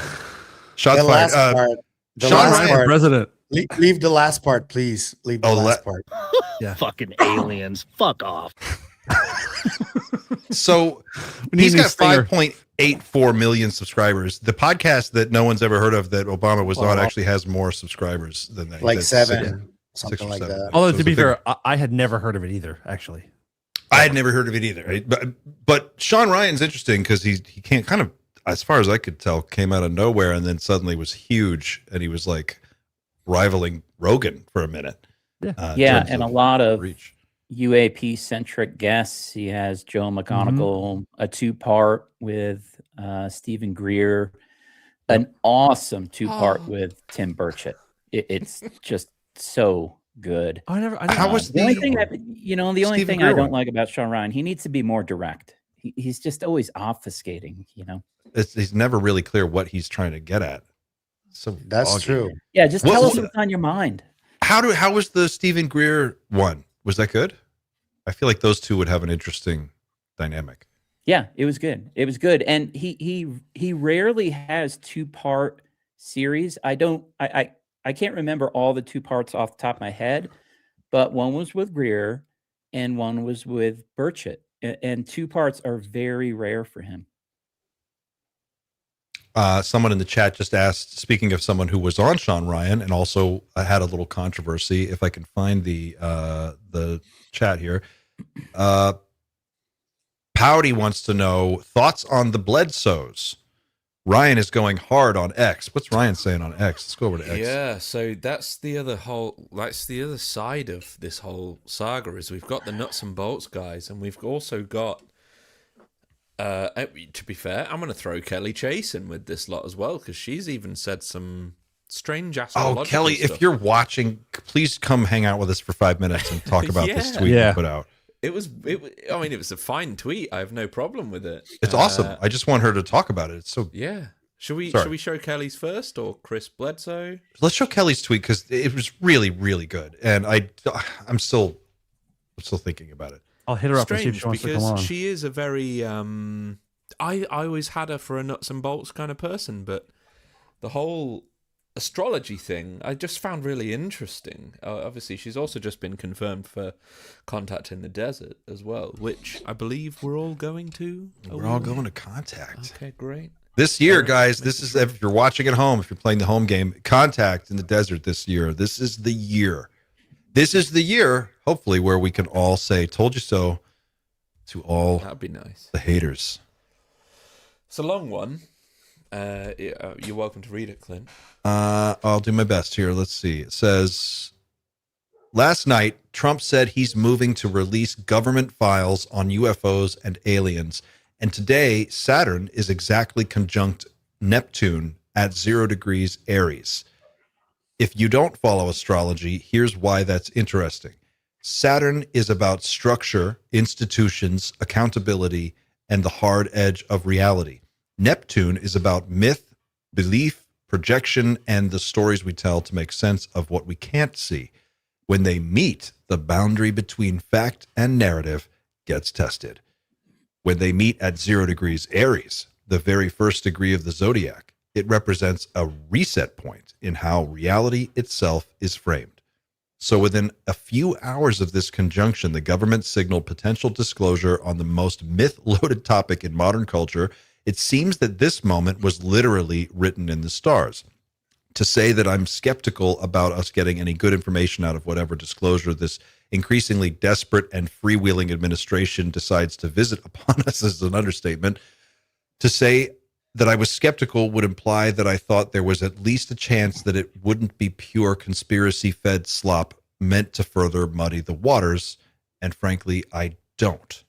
But what I am excited about is the underground forces that seem to be using humanity, ushering humanity toward this historic tipping point. Over the next several years, we're going to be renegotiating what reality even is in public.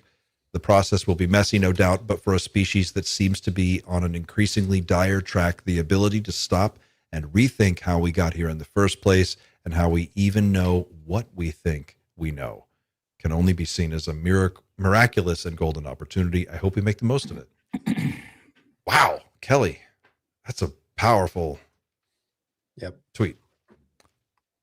It's written in the stars, guys, which is something we've heard. It's a refrain we've heard a number of times now.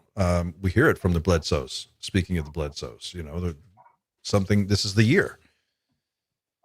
I think maybe we'll owe Chris Bledsoe an apology before the year's out. I think we need to. There's no other words for it. We do need to hear from Kelly about this, and there's no ridicule coming from my side about this. I'm just genuinely interested in her perspective on what she said here, because there's talk of alignments and things like that that places her in the same camp as people like Bledsoe, who talk about the Star of Regulus and positions of interstellar objects, their meaning and their influence above anything else, the influence they have on our consciousness. I'm all for it, I really am, but to hear it from Kelly is pretty fresh. I would love to pick her brain on it. She did say she was down to join a couple of weeks ago. I sent her a message just now. We've had her on twice so far. I wish she'd come back more. I'd like to have Kelly on as many times as she can join us. She's great. She's always got a fresh perspective on stuff, and it's just she comes at it from this completely different angle than I do, and I always find it refreshing, and it just gives me something new to think about. But I hadn't really taken the astrology aspect of this seriously because there's just so much else going on. But it is very hard to ignore. It feels like the House of Secrecy is sort of crumbling, and there's all of this truth and information that's sort of flooding out of it, and we're sort of just buried in it. Yeah. What about what Ryan has been talking about, Bledsoe? What did Ryan? I've had to stop. I had to unfollow and stop following him. Did you really? Yeah. Yeah. I'm so over it. I'm so fucking over it. Talk to us. Yeah, what's he saying?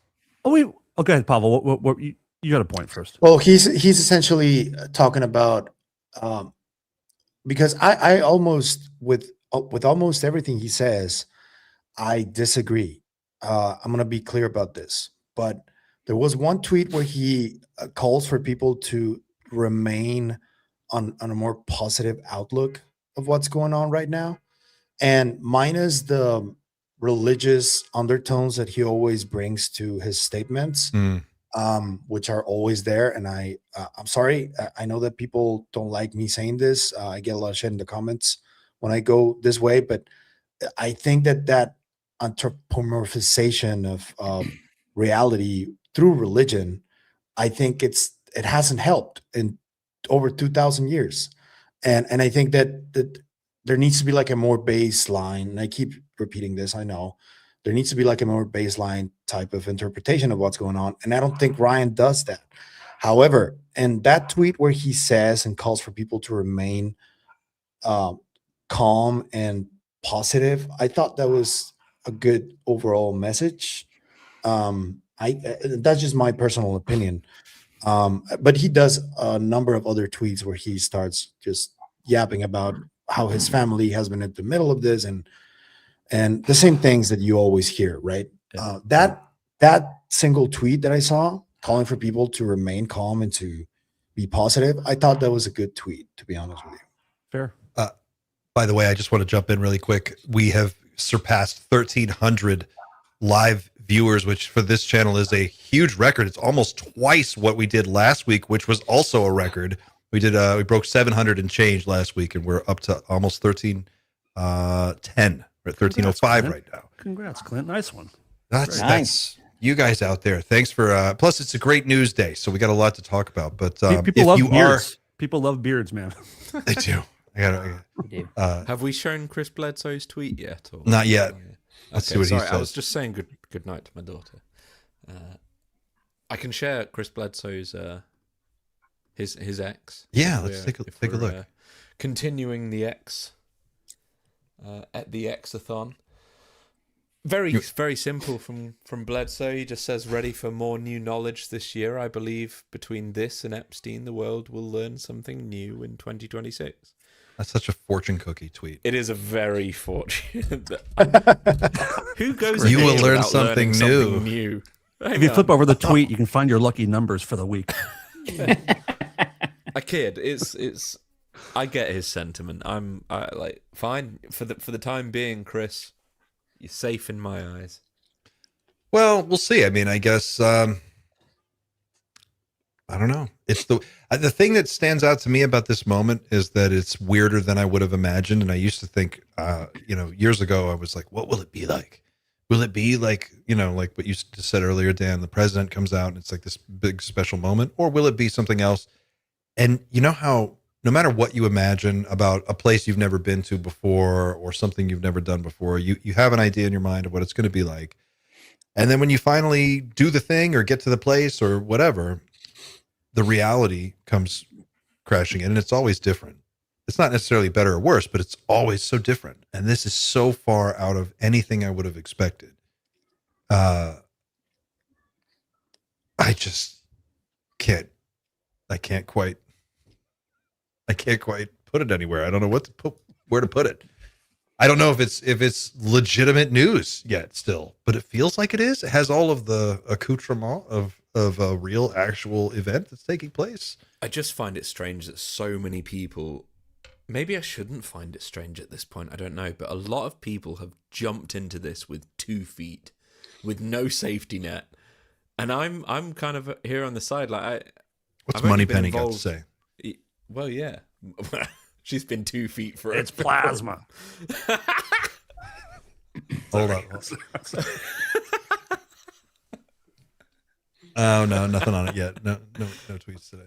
I don't believe that. There's not a chance she hasn't tweeted about this. If she hasn't tweeted, we should call the authorities because there's something wrong. Exactly. Do a wellness check. Right No. She's not tweeting on this. She did tweet. Okay, UK headlines reporting Donald Trump. This is oh wait, no, that's February 8th. That's old. Uh-oh. No, she was just ahead of her time. Rest in peace, Moneypenny. She tweeted 2 hours ago about a Epstein thing, so nothing on the. Yeah, the last thing she said about Trump and UFOs was him authorizing the Burleson to go access some of the facilities. That's weird. Interesting. Okay. Interesting. No words from. It's not plasmaic enough. Moneypenny yet. Who else could we check with? There's Jay Stratton. What's we've Jay already Stratton done say? Jay Stratton. We've done Jay Stratton. What about That's all I have. Eric Weinstein, did we read that? Did Eric Weinstein? That's it. That's the end of the news, guys. Sorry. Red Panda Koala? Oh, I sent you something, Xander. I sent you something on the. Sure. It's worth probably mentioning. Like I have. Well, I just got a text from someone that's saying it's being tracked by the U.S. government. By the way. What is? That story, that thing I texted you. Oh. The Navarro thing. Dude, really? Yes. Oh. Shall I share this? Sure. Did you guys hear about the Caltech scientist Yes, that was tracking asteroids? Yes, that was just shot in his home? What? That was No. weird, right? Yes. Yeah. During a carjacking. Yes. Oh. Or from a carjacker. Can you explain a little bit of this? Oh yeah, let's cover this first. This really. This is what Anonymous had to say. Redacted. Redacted. Well, what if that's so- not a redaction? What if that's the actual craft? That's the That's cube. That's the black cube. That's Yep. the cube. So August of 2024, Jane's Addiction was starting their tour, U.S. tour, and the first show we did was in Vegas. And George Knapp and Jeremy Corbell came to the show, and I set them up side stage for the show. After the show, we're kind of all hanging backstage, and Navarro and Knapp know each other, and Jeremy and Dave know each other. And they took a picture, and on Dave's Instagram, he posted, do you have the thing here, Xander? I do, yeah. Yeah. Bear with me a second. Dave posted this picture of him and Knapp on their Instagram with a very sneaky text. You got it there? Okay, so Dave said, thanks to my pals George Knapp and Jeremy Corbell for coming out to see us this evening. We talked about some things tonight that I'd love to share, but I'm afraid it's still classified. All I can say is you may not want to make any plans March 3rd, 2026. This is 2 years ago. He goes, well, you won't actually have a choice with a UFO emoji. So that sent the internet into a frenzy to the point that Dave said, he goes, what do I do? Like, people are going crazy. He goes, I'm gonna add a little like a update. And he did update to my dear UFO community. I'm just fucking around. We are all friends and discuss nothing. Haha, sorry, but not sorry. So then I took his guitar and I put that sticker on his guitar just as a spoof. But just as we were starting the stream, I got a text from someone who is pretty dialed in and said, just so you know, this was just sent to me by one of my government inside guys, a high up dude, and they're tracking this. And he thought it was pretty funny that all this is happening 2 weeks before, the Navarro prophecy, which is just hilarious. It's hilarious. And I'm telling you, I was in the room. I was there for it. There was nothing discussed, but it is really funny that this is happening. Did you just call it the Navarro prophecy? I did. Or is that what it's called? Or did you I just coin called that? it that. Yeah, I coined it. Send it to him right now. The Navarro prophecy. Send the clip. I will. Wow. But yeah, so that kind of stuff, I guess, is tracked by somebody, which is hilarious to me. I'm sure. You guys give your government way too much money. I know. Tracking a Dave They Navarro. get all of it. Reading Rockstar tweets. Let's check Eagles disobey. What's Dan Burrish got to say? Eagles disobey can't be reached. Wait, what? Hold on. Uh-oh. Bierce is on the move. He's on the move. No, nothing yet. Hey, earlier, did someone mention that Luna had something interesting to say? Did somebody mention that? Yeah, she retweeted the White House thing, and thank you, Mr. President. As someone who basically, as someone who ran this task force, I'm looking forward to sharing the files, videos, and photos with the public. Here's a question: is there going to be? I don't know if anybody's dialed in. Is there any whispers of another hearing? Are we going to need one? Maybe we won't need one. I have seen. I think it's Luna who has been responding to messages on X, to comments, saying that she wants many hearings. and something that I did want to point out was that that interview on News Nation with Eric Davis and Fox and James Fox, where Eric asks for pardon. I think that's more possible after yesterday, right? Very interesting. Pardons. Yeah, I guess what do with you this think, guy, Eric? he'll pardon anybody, really. I mean, What do you it's think like- Eric knows? I think a lot. I mean, I think quite a bit. Do you think he knows the fundamental there are NHI? That they exist, that they're here? That they're here? Oh, yeah. Really? Yeah. I haven't Definitely. seen any evidence for that, but That he would know? Burleson?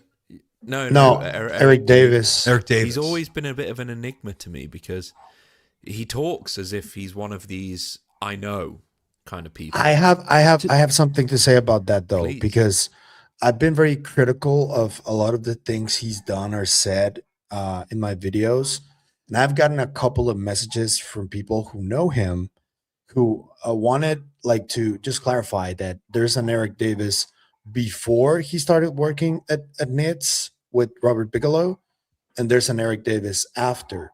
After is the Eric Davis that didn't work in classified programs, and before that, it's the Eric Davis that did work in classified programs.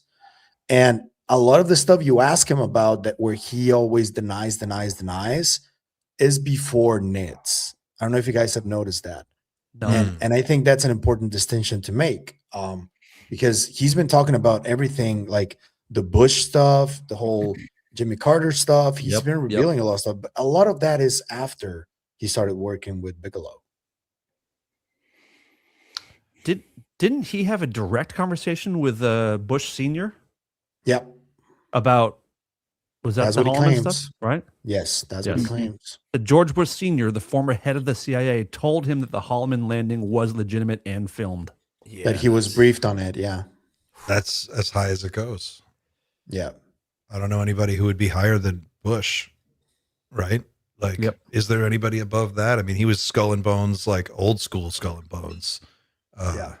Holloman is up there with like the wildest claims that I take seriously as well. There's a lot of claims that it's like they're wilder, but you don't fit them into your narrative. But Holloman, if turns out to be true, is there are so many implications as a result of that that go beyond.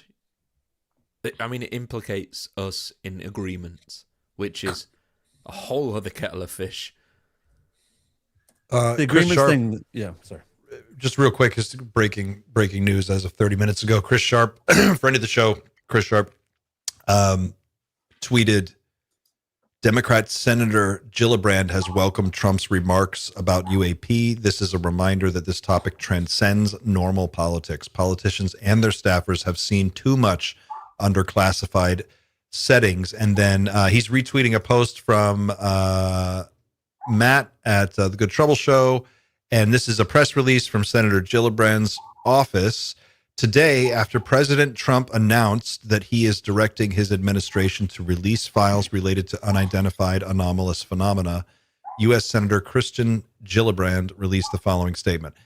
Quote, this is good news, and I am encouraged to see the president lend his support to this effort. I have been pushing for years for increased disclosure and transparency around UAPs. My work to establish and strengthen the All-Domain Anomaly Resolution Office has already brought about significant progress in improving interagency coordination, data collection, and engagement with the public, but there is still more to be done, and the American people's interests in UAPs only continues to grow. I urge the administration to follow through on this directive, and I will keep fighting to elevate this issue in Congress so that we can reduce the stigma around reporting and ensure UAP records are being properly disclosed and made public. She is saying, show me the money. She's also saying trust Arrow, essentially, and I wouldn't do that. And there's something that I got to say about Arrow that I don't think is being discussed too much, which is that for some reason I've been looking at social media, people saying that Arrow has gone dark and that they haven't made any like movements or anything. That is not true. Arrow has been talking to a lot of people behind the scenes, and they have been like making them part of their side, quote unquote, behind the scenes. Are you talking in the last 24 hours? I'm talking in the last couple of weeks that I've gotten information about that. And I think that honestly, from my perspective, I get that there's a lot of probably good people at Arrow that are probably fed up with the inability that they have to investigate these things. But I wouldn't underestimate what they're doing behind the scenes. And I think that they're way more informed that they lead on. And I think that Arrow is essentially being handled or managed by the people that don't want this out. And the people that are below those don't have any say on it, really. So do you think trusting Arrow from the start on this, I don't think is a good move to make. And I'm sure you guys agree on that. What's funny is that Arrow is pretty much an unknown entity outside of people that are into ufology. Sorry, 100%. They're pretty much an unknown entity outside of ufology, but within ufology, they are entirely They have zero trust. Who would go to Arrow for their news? Like, we know that they are a control mechanism rather than a truth mechanism. Yeah, But if you Everyone come from knows the that, right? outside, if you come from the outside and you see that Arrow is the official government course. UFO office, Yeah, I the, get the that. the folks that don't know about it, they're gonna pay attention to that, and that Yep. would be a mistake. Yep. I think. It's time for Arrow to go and bring back the UAP task force. Yeah, or the FBI, who There seem you go. way more interested to Ah. talk about this. I don't know The about the FBI DTF. under Kash Patel. DTF, baby. They had the UAPDA That's was true. a great piece of legislation the way it was originally written. Yeah. I don't know, Yeah. yeah, there was the imminent domain clause that got it torpedoed, but everything about that setup was really perfect for this moment. It was an independent commission of experts from across disciplines, different scientific disciplines, appointed by both the president and both houses of Congress, bipartisan committee. They were going to Review be board, granted access. Yeah, the UFO or UAP review board. And they would basically be able to review everything and then decide what would go public. It would go to the National Archives, and they would publish all of the information through an official publication via the National Archives. It would all go out, and this would be, one big contained disclosure. And they even had in that bill, it was written that anything that was deemed too classified to be released had to be re-reviewed every, I think, 10 years, had to be brought back out and looked at again and decide, then they could decide if they wanted to reclassify it. But it was just a great process. And they wanted to immediately release anything that was over 25 years old. Yeah. And unless it was like incredibly classified or very dangerous or whatever. But yeah, that never happened as far as I know. I don't know who mentioned it earlier. Somebody said, it was you, Dan. You said, what happens now if Trump did gaffe, if he did just like blow it and blurt this out and then felt like, well, now I can't walk it back. I've got to make a tweet about it. If it wasn't expected, are the people in the military industrial complex, what are they going to do about this? What are people in the private sector going to do? Private corporations? I guess all that stuff will still stay locked up in those programs. And whatever we get will be the tiniest little morsel.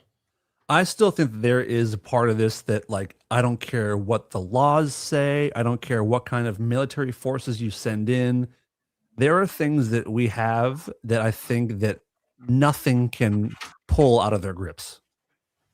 And I don't know why. That's just a feeling. I don't know that at all, but I think the stuff that this program.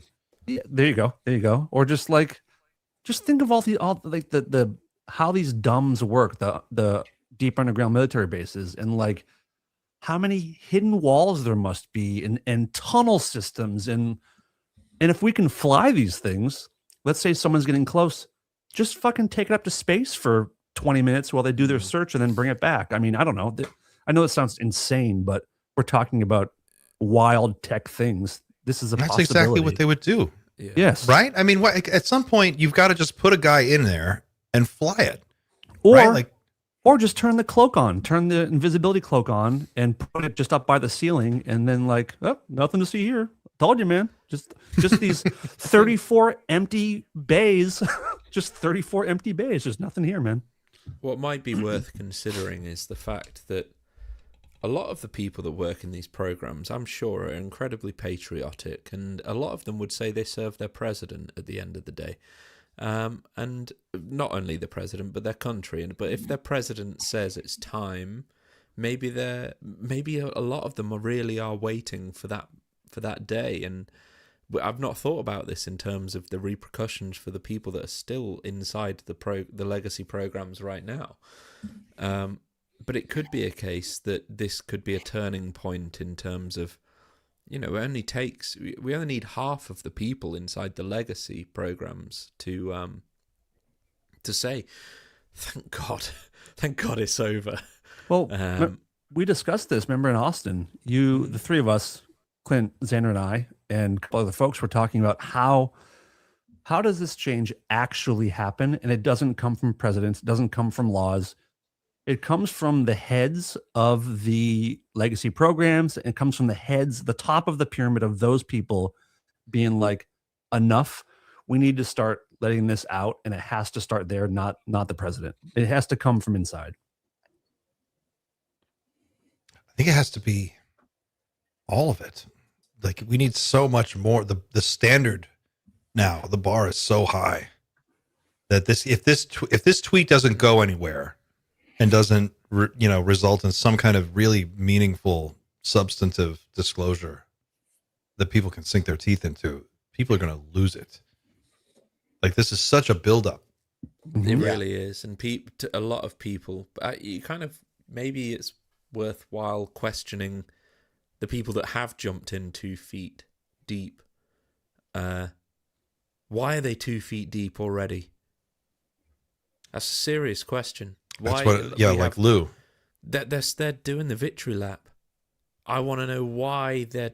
I'm not as knowledgeable as them, as far as I'm aware, and I'm not doing a victory lap. But they are. They have more knowledge than me. Mm-hmm. Why are they going? These people have already made mistakes as well. They know what that burn feels like. To find out that the photo you held up in a government setting was a farm, like he's felt, or a chandelier. He's felt the sting. Yeah. So I think what does this mean right now? Right, because again, we said it earlier, is that no matter what, you have 2 presidents in the span of 6 days talking about this, and it's something that, whether something happens in the next year or 3 years of this administration, the fact that those 2 guys said this, you can't take that back. So future administrations are going to have to address this. If we don't in this one, whoever the next man or woman is going to have to address this somehow. Like, this is not going to go away. Like, this has been said, is out now, and now it's like, okay, you can't be like, oh, we were just sorry, we fucked. We were wrong. Psych. Yeah, psych. April Fool, bitch. So you're saying the next administration, whatever side of the aisle they come in from, the next administration is walking into a White House where it is now common knowledge that both previous presidents have openly acknowledged this. This is a real deal. And now, like, I think, on the next campaign trail, it might be interesting to see if this comes up on the next campaign trail. It has to. It has to. You think even there'll midterms? Be another campaign trail? Well, I said that to someone else earlier. If we ever in the next administration, if we do have one, it'd be interesting. But I wonder if it comes up in midterms with people that are running for Senate and Congress and stuff like that. I could see it. I mean, how could it not? How could it not? How do you let this one go? You can't. Can't let it go. It's out of the bag, like you said. Mr. Justin, part of the Night Shift family here, says, do help make this doomy. Chris Ramsey and Ross Coulthart discuss on latest Area 52 episode a possibility that the U.S. made an agreement roughly 70 years ago and possibly with the wrong NHI, ones that were not the good guys? Question mark? I was going to bring that up earlier. Yeah, it was a really cool part. Dude, this connects to Joe Rogan's dream, right? Connects to everything, man. Oh, about the reptilians? Yeah, dude. About something. Yeah, they have a really good talk. Everyone should go watch this Area 52 today. I've been a little bit out show on tonight, right? As well. I think it's. Is it tonight? It's probably nothing show tonight. Yeah. What a great time to be in the audience today. I heard they're bringing out Trump and Obama, which is pretty crazy. for a punching bag match. Yeah. How do you top Lazar? Just landed in Montreal in the same plane. Yeah. We were, when we were in Austin, we were talking to Corbell, and I was asking him about John Lear. Yeah. And he had some funny stories about John Lear. I didn't know he was a John Lear super freak. Like, I didn't realize he was like really followed this guy.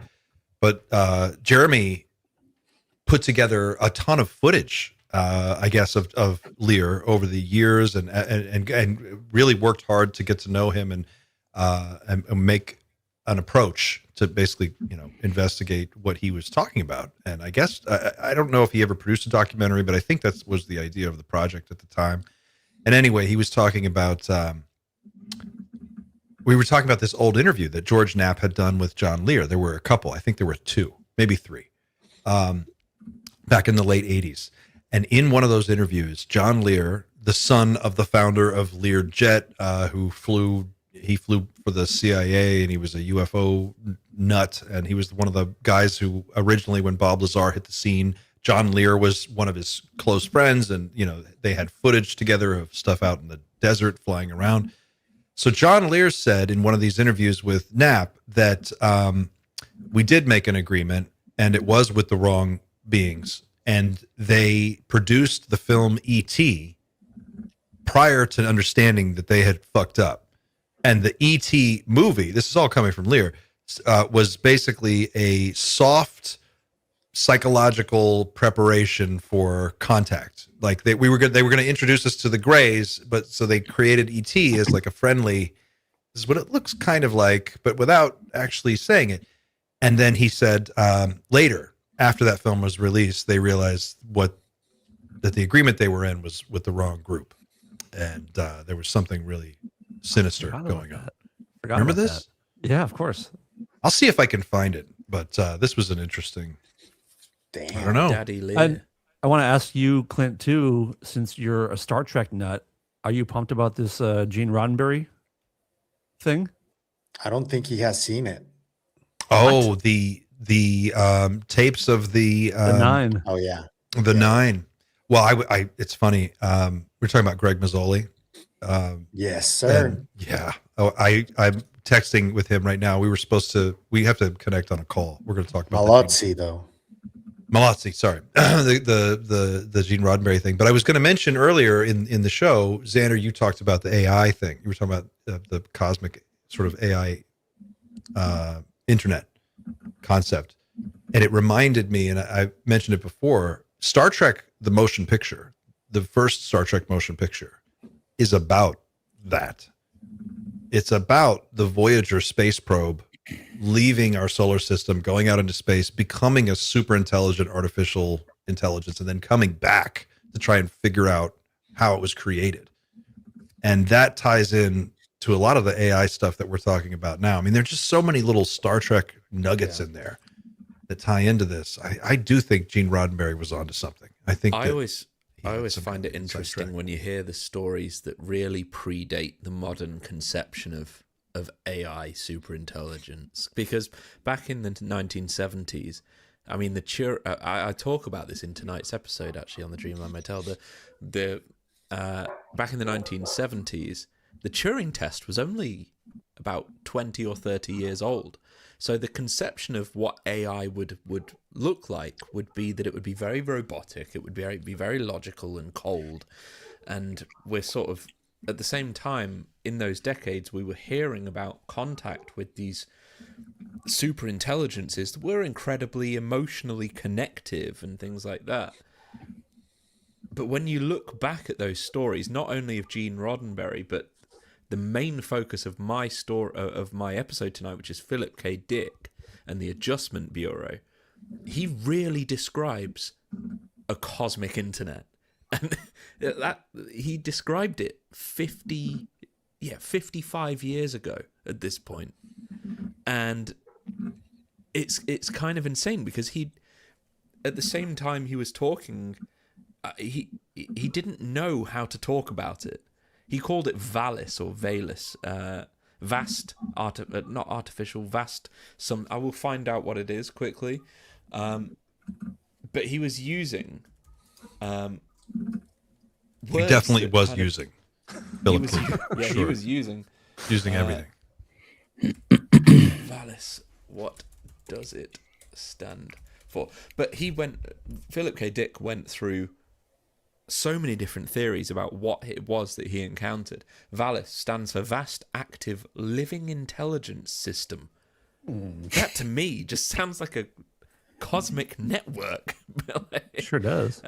And he wrote a book about it called Valis, and there was that. He compared it to God. He compared it to aliens. He had no idea how to describe this thing.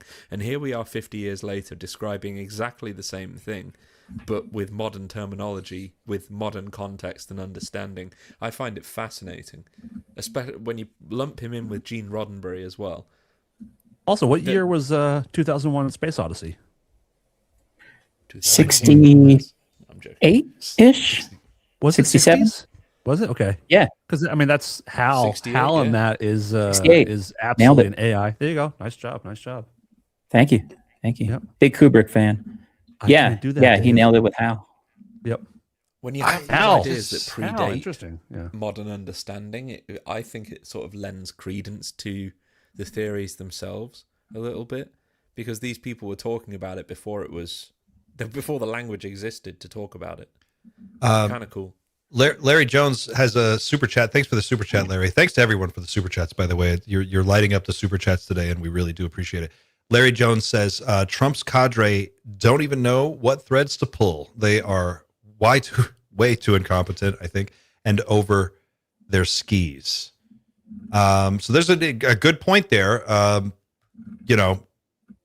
Just because he issues the order doesn't mean the people in the legacy program who have been there for 30 years are going to follow it necessarily. Yeah. I mean, he's going to be gone at some point. He's not going to live forever. Sooner or later, he's going to be out of office. They're going to have another administration coming in. I don't see a scenario where you're going to get like Raytheon to like turn anything over. But you might get a situation, like you said earlier, where they go back to Roswell and they're like, look, here's some pages on Roswell. Here's a few pictures. It was a disc. I wonder if they might just like play it off as, since we have the Tic Tac stuff from 2004, like maybe they say, we've kind of only known about this for about 20 years.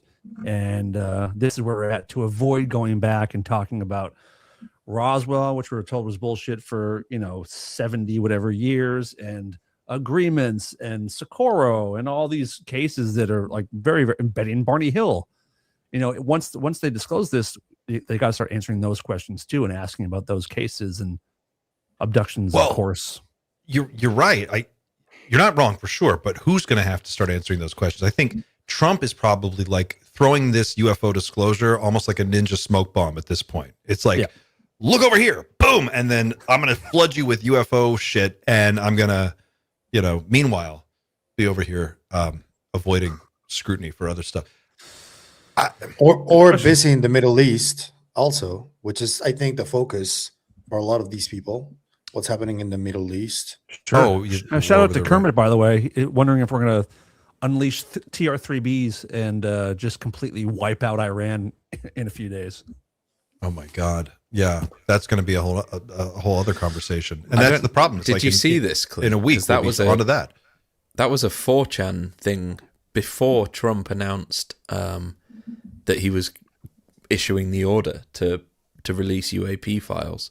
There was a 4chan leak, apparently. I haven't seen this, so I can't sort of like say it's absolutely 100% true, but I trust Kermit. I trust Kermit. Yeah, he said that he saw a 4chan post saying that America planned an operation within Iran within the sort of the next couple of days, and it would utilize UAP technology to do so. And that was before Trump announced it. That sounds interesting, but I don't see why you'd need to invoke any exotic technology to defeat Iran. Like our conventional military is way what they want to do. Task. Like that, I think it would be a show of force to other nations. It wouldn't be because we can't handle Iran. It would be like, China, check it out, dude. Russia, check it out. You want to start some shit? This is what we got, and this is just what we're showing you to take out Iran. Put your big boy pants on. Yeah, yeah. I imagine it would be a show of force for other people, or just like yeah. Eric, what do you think? What do you think about that? Yeah, I'm shaking my head. Yes, yeah, I could see that. But yeah, it's you don't need that stuff to defeat Iran, but it would be a message like, yeah, we have this. Like, we didn't even have to use it, but we did. Right. And we would just hate to use it again, something like that. Wouldn't it be a shame? Yeah. If we had to bring out the big stuff, Yeah. Yeah, well, we did use it in Venezuela, apparently. Some of the UFO adjacent, what was it, discombobulator technology or the EMF? Yep. Rogan is reacting to the Trump stuff. Do you guys want me to? I was just wondering if he was. Yeah, what do you say? Send it, share it, whatever you want. Is it on X? Yeah, I think Red Panda Koala has the clip. I just sent it in the chat. Who has the clip? Red Panda Koala. I got it. All right, cool. I'll share this right now. Such an evolving situation. Yep. I almost don't want to make any plans. I hope he does. Should I book flights for contact or? I think this is the best year ever to be at contact. Yeah, I agree. Okay. As long as I can get home. Barack Obama said that aliens are real. Have you seen any evidence of non-human visitors to Earth? Well, he gave classified information. He's not supposed to be doing that. You know. So aliens are real. Well, I don't know if they're real or not. I can tell you, he gave classified information. He's not supposed to be doing that. Well, he made a big mistake. He took it out of classified information. No, I don't have an opinion on it. I never talk about it. A lot of people do. A lot of people believe it. Do you believe it, Peter? Well, if the president. I do now. I may get him out of trouble by declassifying. We know illegal aliens. I may get him out of trouble by declassifying. That's hilarious. What else? That was it. What's going around the internet? These in the circles of these. I may get him out of trouble by declassifying. Jeez, I hope he does. Yeah, really. Yeah. Imagine you can get in trouble as a president for saying aliens are real. I don't think so, man. I don't think he's gonna get in trouble for that. Well, what did he say then? What was that? They've been saying there's aliens. Like, Right, but what did he just say? he just hates Obama. He's going like, oh, he's going to jail. I'm getting Hillary and I'm getting Obama for aliens. They all hate each other and then they all hang out and shake hands. Yeah. Yeah, whose funeral was that when like George Bush and them were handing out candy to each other? It was like Carter. George Bush and Well, George Bush and Michelle Obama are apparently friends. oh, they're buddies. Yeah. Okay. Which everybody thought. But George Bush never engaged in like this insult kind of thing that Trump does. It's true. It's a different thing. you Yeah, know? it's totally that's. He was totally always true. very classy. Yeah, Yeah. and especially when you see the videos of him back in the day, like now you're like, man, this guy's like lovable. Oh, dude, in comparison to the politicians of That's what I'm today, saying. Yeah, he was like, oh, when is he running again? the guy's a complete class act. And then you're like, oh yeah, fuck the Middle East, forgot about that. But it's like, Oh, yeah. Well, he had Satan on his side. yeah, true. Dick Cheney was True. running around fucking shooting his friends in the face and hunting trips. That's true. I don't know. I mean, that thing is like, was it classified? There's like now, but then if Trump's going to be like that, he gave out classified, then he's letting you know it's classified. So Right. he's telling you the cat's out of the bag. So Well, he's saying I may declassify it. I hope he does. I hope this like gets Yeah. him, because that is a weird thing to say. He's not supposed to be saying that. Well, that means it's real. He gave out classified information. That means there's real data that aliens are real. That's the only thing you could draw as a conclusion from that statement. yeah. Right? He's so like Rogan puts it so simply sometimes, and sometimes you need it. That's Yeah. that's just straight up true. Yep. Yeah. 100%. It's not ambiguous. It's not. The only rebuttal I've seen was from Mick West, and I don't dislike the guy. Oh, man. He just What's thought Mick West say? that it seemed like a joke, as in he thought Trump was joking. It's his right to assume that, but yeah, I didn't see that in Trump's remarks. By the way, I found this clip. I just want to, before I forget, I want to share this. This is George Knapp interviewing John Lear about the deal Look at that now. supposedly was made. Young Well, he George says Knapp. the mutilations have not gone from animals to humans yet. You agree with that? There have been some humans. It's a very, very sensitive subject. I'm going to steer away from that. But I will tell you that since the beginning of this year, there have been over 200 animal mutilations on Long Island. It's supposedly a big secret. I know that there's 4 major law enforcement investigations, investigators working in plain clothes. On Long Island, New York? Yeah, Long Island, New York. We have an investigator working with us who's sending us videotape and keeping us informed of what's going on. So it still is a problem. And you say it's food. That's what they're doing. Well, food or genetic experiments, take your choice. Now, it hasn't gone maybe to the point of where they're mutilating humans, but you do believe there are abductions. And you also believe that at one point there may have been some kind of a clash between American military forces and these UFO? That's one of the stories. When we began to discover what I call the Grand Deception was in 1979, and apparently there was some kind of clash. 1983 is the date that I call that we finally recognized that we had made a disastrous mistake. And that's when MJ-12 realized that they were in deep, deep trouble. They had made a deal with these people, and it had not worked out, and now the question was what to do. You got about a minute left.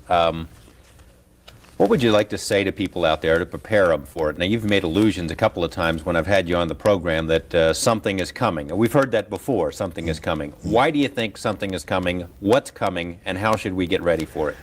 There's really no way to get ready for it. The reason I think it's coming is because I have contacts within the government that tell me that they're bracing themselves for something, but they're not going to tell us about it. George, maybe the cover-up was in our best interest, maybe not. Maybe the government underestimated the intelligence of the American people and decided we just couldn't handle it.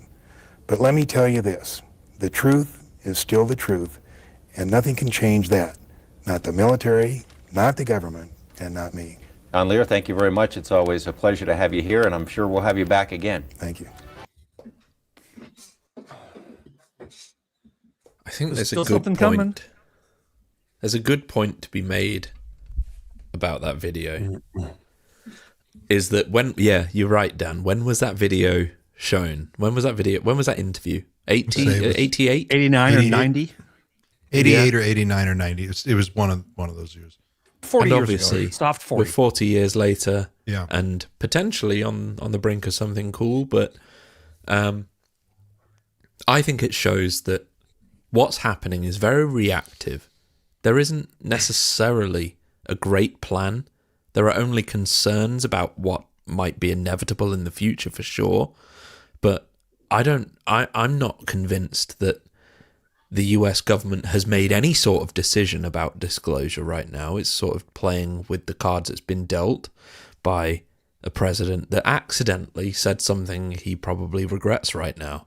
Mm-hmm. Time is not set. We're not on a destined path. Things can change. Plans may or may not exist. We just have an opportunity right now, more than anything. Well, and the real question is, what will this story endure in a week when we're bombing the shit out of Tehran, and the world has moved on to that crisis? I don't know. The question will, we'll just have to wait and see. It's still my understanding, for the most part, that disclosure is not up to us. Mm-hmm. Well, I had an interesting conversation. Dan knows what I'm talking about. I had an interesting conversation with a person who's in a position to know a thing or two, and they told me, without saying anything, I can't say, they told me something that made me feel really weird about the amount of time that's available for us to do whatever it is that we're going to do. It wasn't a lot. No. I didn't get an exact number, but it's not a lot. Yeah. Should I still buy tickets for Contact? Or it's after okay. You're good for it. Okay. But you don't need to save for your daughter's college fund. Oh, I wasn't anyway. It's fine. She's going to marry rich. It's fine. Good, That's so mean.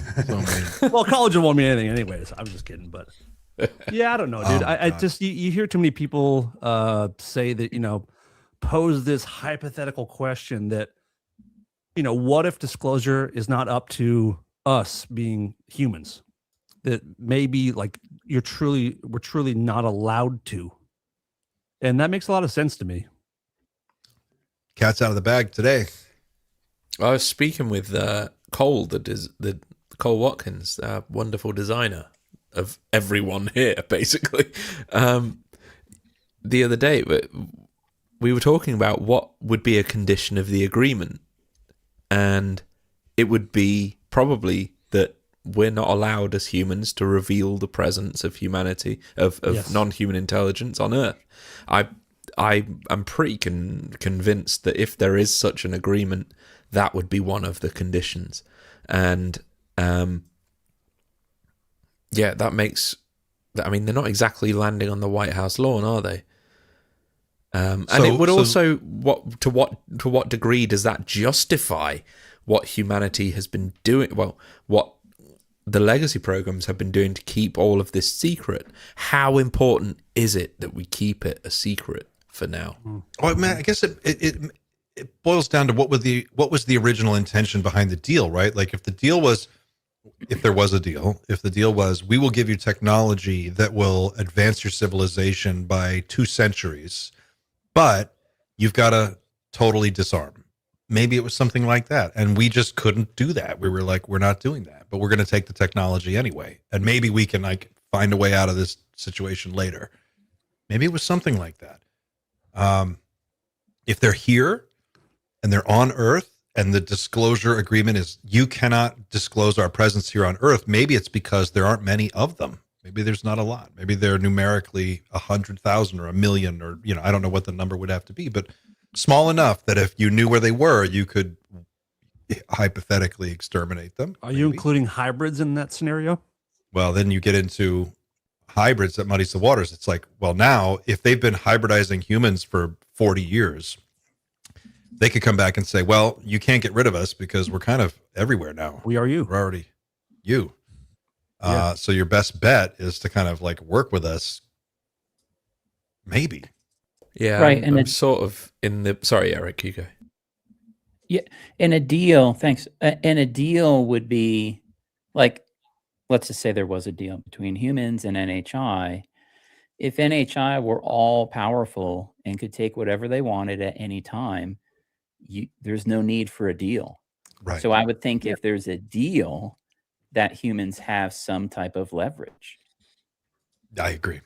I think There's that no leverage reason to could make be it. knowledge. The knowledge that they exist.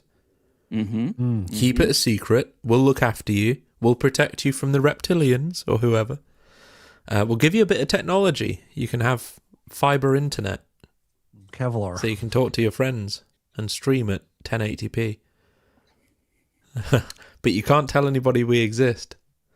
Well, and it gets murkier too, because it could be, like Stephen Greer says, they said, look, in good faith, we're going to give you the key to unlimited energy, and we expect you'll know what to do with this, thinking that we would go build desalination plants and hospitals and schools or whatever it is that we need to do to make our world beautiful and functional. And instead, we fed it into the military industrial complex and we let them sit on it for 50 years or whatever. And maybe that's why the time is up. Maybe now they're looking at AI and they're going, these fucking monkeys can't handle this shit. They're not ready for it. We have to intervene, either to stop the advancement of AI before they get their hands on the technology to at least be aware of us and kind of like meet us at our own level. You know, think about that. That in and of itself is enough for them to intervene. The question is, what form would that intervention take? I guess if you were in a position where the humans numerically had superiority, but you had technological superiority, and they were going to achieve some kind of like breakthrough singularity moment within the next like 2 decades or next decade even, what would you have to do? Like, what does game theory say? Just kill everybody? You know, when we think about these agreements that took place back, was it 1953, Holloman, 54? Something like that. Maybe 60s? I don't remember exactly. I think it was 50. Well, let's find out, because it is... I'm still here. I'm just eating a slice of pizza off camera here. So. Good boy. I want to see you eat. Oh, my recent searches. Holloman Air Force Base UFO landing. There you go. 64, yes, you were right. If we drafted any sort of agreement, do you think like the secret would have to stay secret for, let's say, 100 years? That would be a very human thing to request. Like, yeah, we'll enter this 100-year agreement. So it may expire in 2064, but as we've already talked about already tonight, we're now creating the intelligence that really bypasses the need for that agreement to stay valid. So maybe it's a case of we're really just, maybe we're flexing at the non-human intelligence and saying, not wise. Yeah, we're going to tell our people because we have your technology. We didn't need you. We don't need you at this point.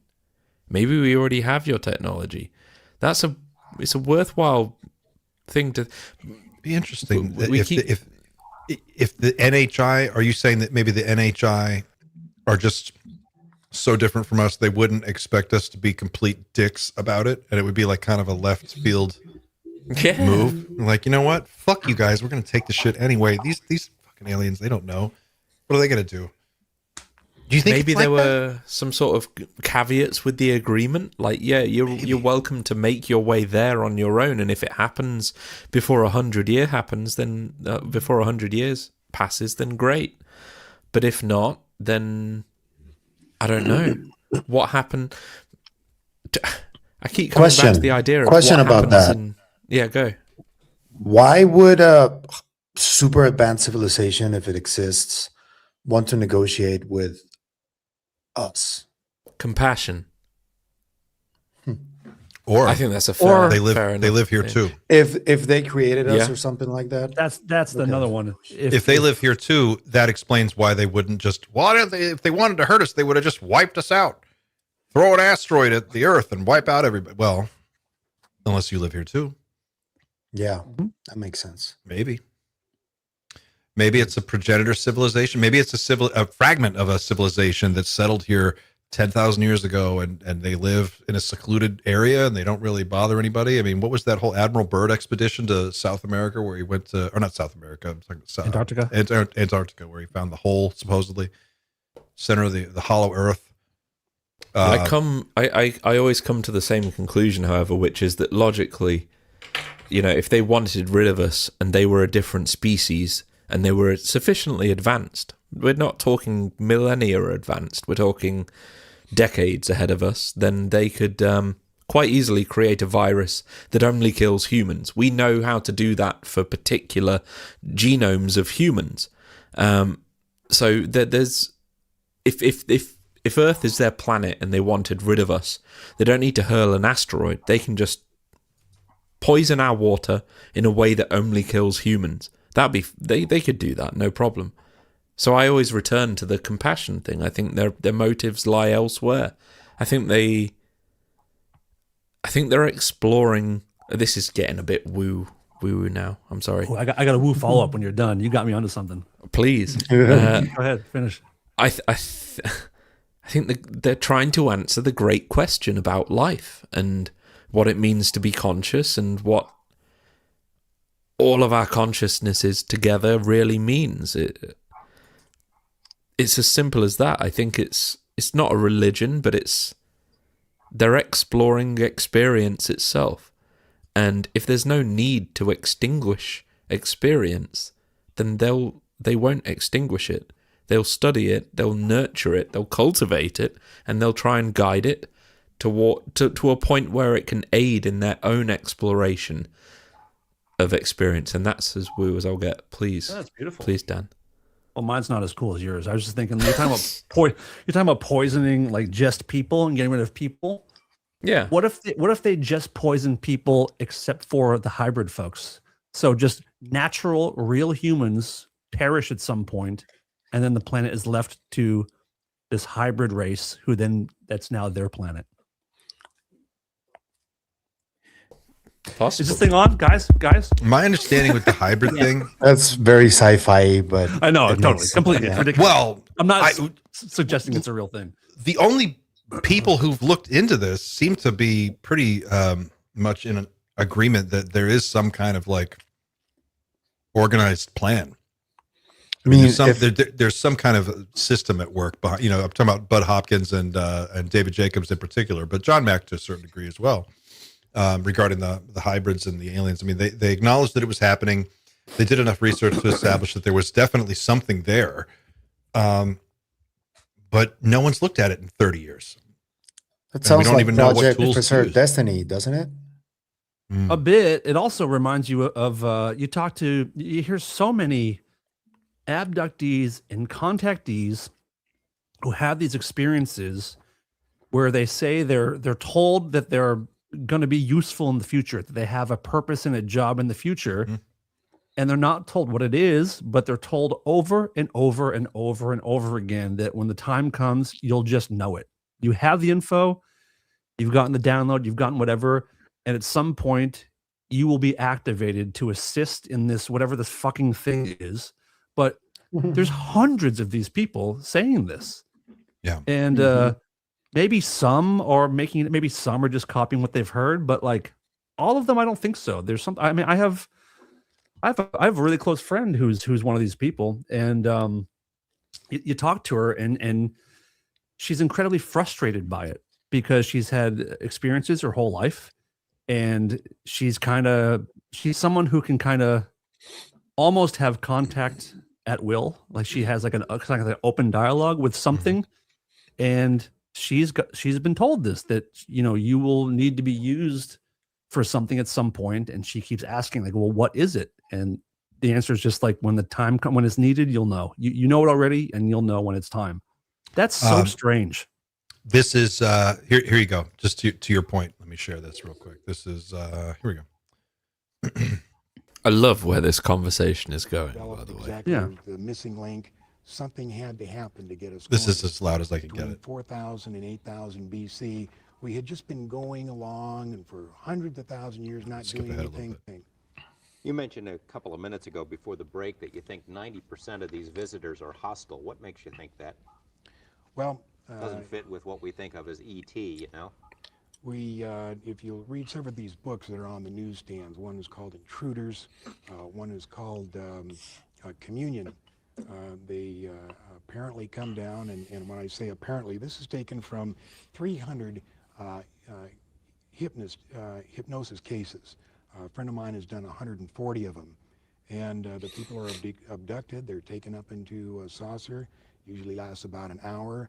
They do all kinds of experiments. They give them shots, they poke them, they cut them, they do all kinds of things, then wipe out their memory and send them back. Only after several months of some psychological problems do they end up going to a psychiatrist. And the psychiatrist, on trying to find out what the problem is, in the use of hypnosis, finds out that this person has been abducted. What's the reason for that? What are they trying to learn? There's three things that they're trying to do with these abductions.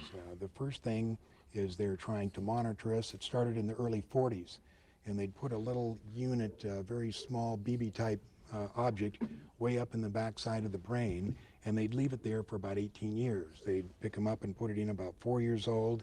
About 12 years old, they would pick them up and monitor it. Then about 18, they'd take it out. The second thing they did is they put a post-hypnotic suggestion. According to many of the people that have been hypnotized, and we found out what they've told them, apparently within the next 2 to 5 years, there is going to be a big event. Something enormous is going to happen. And these people who have been abducted, and there's probably over 100,000 of them, have been given some place to go and something to do. There you go. But under our best hypnotic techniques, we cannot find out what it is. So how do we know that that's true? Because they said they're going to do something. They know that they're going to do something, but under the hypnosis, they can't find out exactly what it is. That's it. And the third thing that they do is genetic experiments. They've been crossbreeding. Okay. Yeah. So, by the way, you have people in your chat right now who have been told when the time is right. Multiple people in your chat as we speak are talking about this exact thing. It too. So, this is a fucking thing. It's so weird. I'm looking through the chat now. Thank you guys for sharing, by the way. That's incredible. Do you think it's a clear signal, or do you think, okay, this is why I'm here, and you kind of just decide, I'm going to start saying what I think I need to say, rather than waiting for a communication of any sort? To all of our colleagues? What do you mean? Are you talking about all the people who have lately jumped into this space to start like their own channels and start talking about it and spreading them? You know, I heard you were talking to Pavel before in the green room before we went live, and you said something. I didn't understand what you were talking about at first, but you were talking about explaining things to people and how it was going to be digested. And that we kind of play a role in that. Maybe that's connected. I do think it is connected. I seriously do think it is. Whoa. What, Dan? It's just crazy that maybe we have a chore too, and this is our chore. It seems it just, we've talked about synchronicities for about like the last 7 or 8 months at this point. Everything just seems to be happening so perfectly, and it's annoying because it's uncanny. I want to be able to point out at the time when it's happening, but it's only in hindsight that I'm like, holy shit, it's really weird that just happened at this time. But yeah, I was saying to Pavel in the green room. Green Clint. Well, I'll come back to it. I'm sorry. Finish your thought. I didn't mean to interrupt. I was saying to Pavel in the clean room that, green room, in light of what's been going on with Trump and Obama, I felt it necessary to sort of play out, okay, what happens in the next sort of few months. And it doesn't necessarily need to be whatever happens with Trump and Obama, but at some point, I really do believe that information is going to come out that has the potential to shatter human belief in a very difficult way to manage. But at the same time, we've got a whole community here. We've got almost 1,300 people watching that are deeply entrenched in the law and all of the belief that's associated with this. And we're going to get, within a week, we're going to get the fake professional ufologists. We're going to get the people that are terrified beyond belief. And we're going to get the people that are questioning their entire belief system. And we're sort of an army going on over here that we're ready and waiting for people to finally say, maybe you're not fucking crazy, and I'm willing to actually sit down and listen to you for once. And hopefully, if we manage it correctly, we might be in a position to really sort of guide the conversation into a place where we think it's appropriate to go, which would be what are we? What are they? What does all of this actually mean? Rather than, are they about to eat us? Because I think that those are silly parts of the conversation that are absolutely going to occur within a week of any sort of disclosure. Is, why are they here? Are they going to kill us? Are they going to eat us? Do they want our blood? Like, they're going to go to all of those, and we're here for the tempering of expectation and for the dissemination of information that really it's existed within ufology for decades,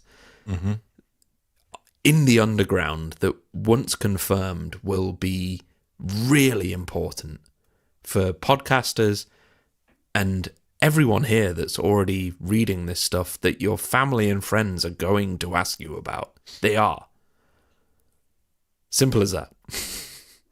I mean, if there is going to be a big reveal, this is an interesting comment.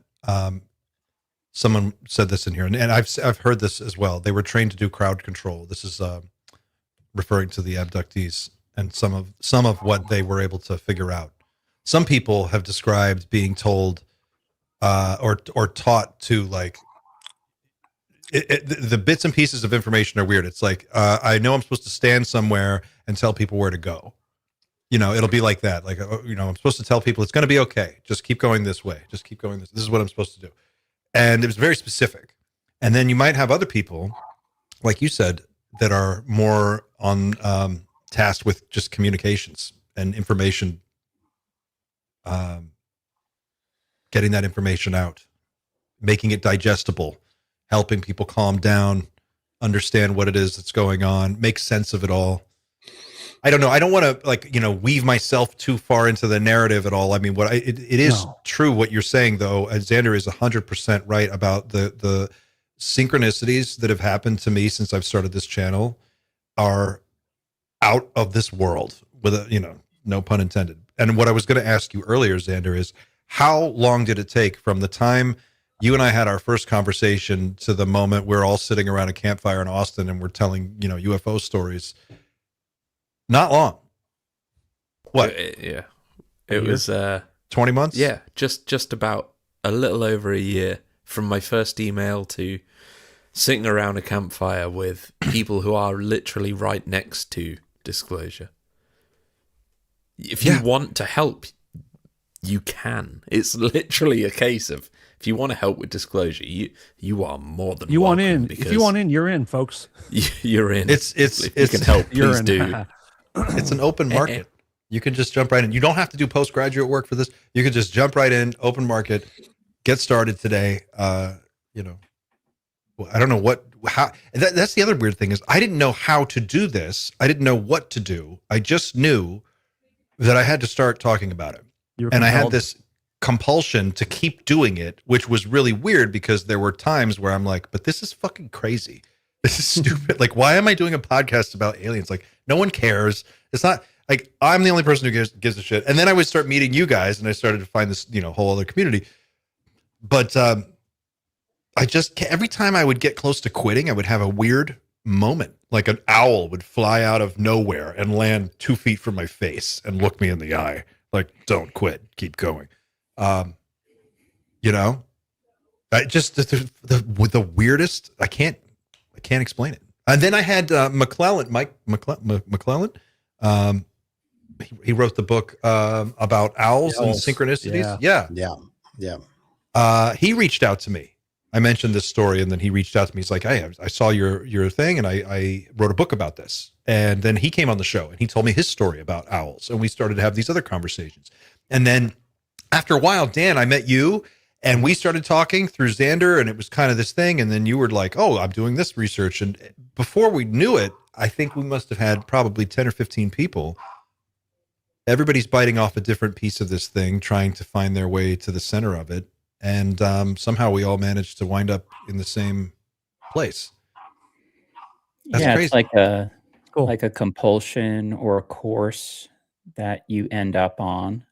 It's some kind of ship, like a ship on an ocean that you end up on going somewhere. I've enjoyed just listening to this. It's a really good conversation. When it comes to the clients I work with, I have a couple go-to sayings, and one applies here. I say that everyone does everything for a reason, and sometimes they don't know why. And it's just what you end up doing. I also don't think there's anything as a coincidence. I don't believe that. And not to sound too woo, I think there's something behind it. I think there's a reason the five of us are sitting here today. I have no idea what that is, but I do believe that. I got an email from you one day, Eric. You reached out to me and you were like, "Hey, I'm also doing a podcast.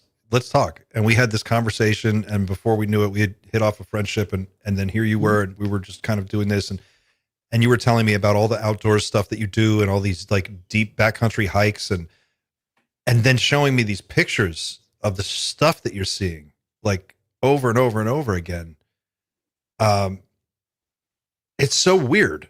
It's so weird to be in this circle of people.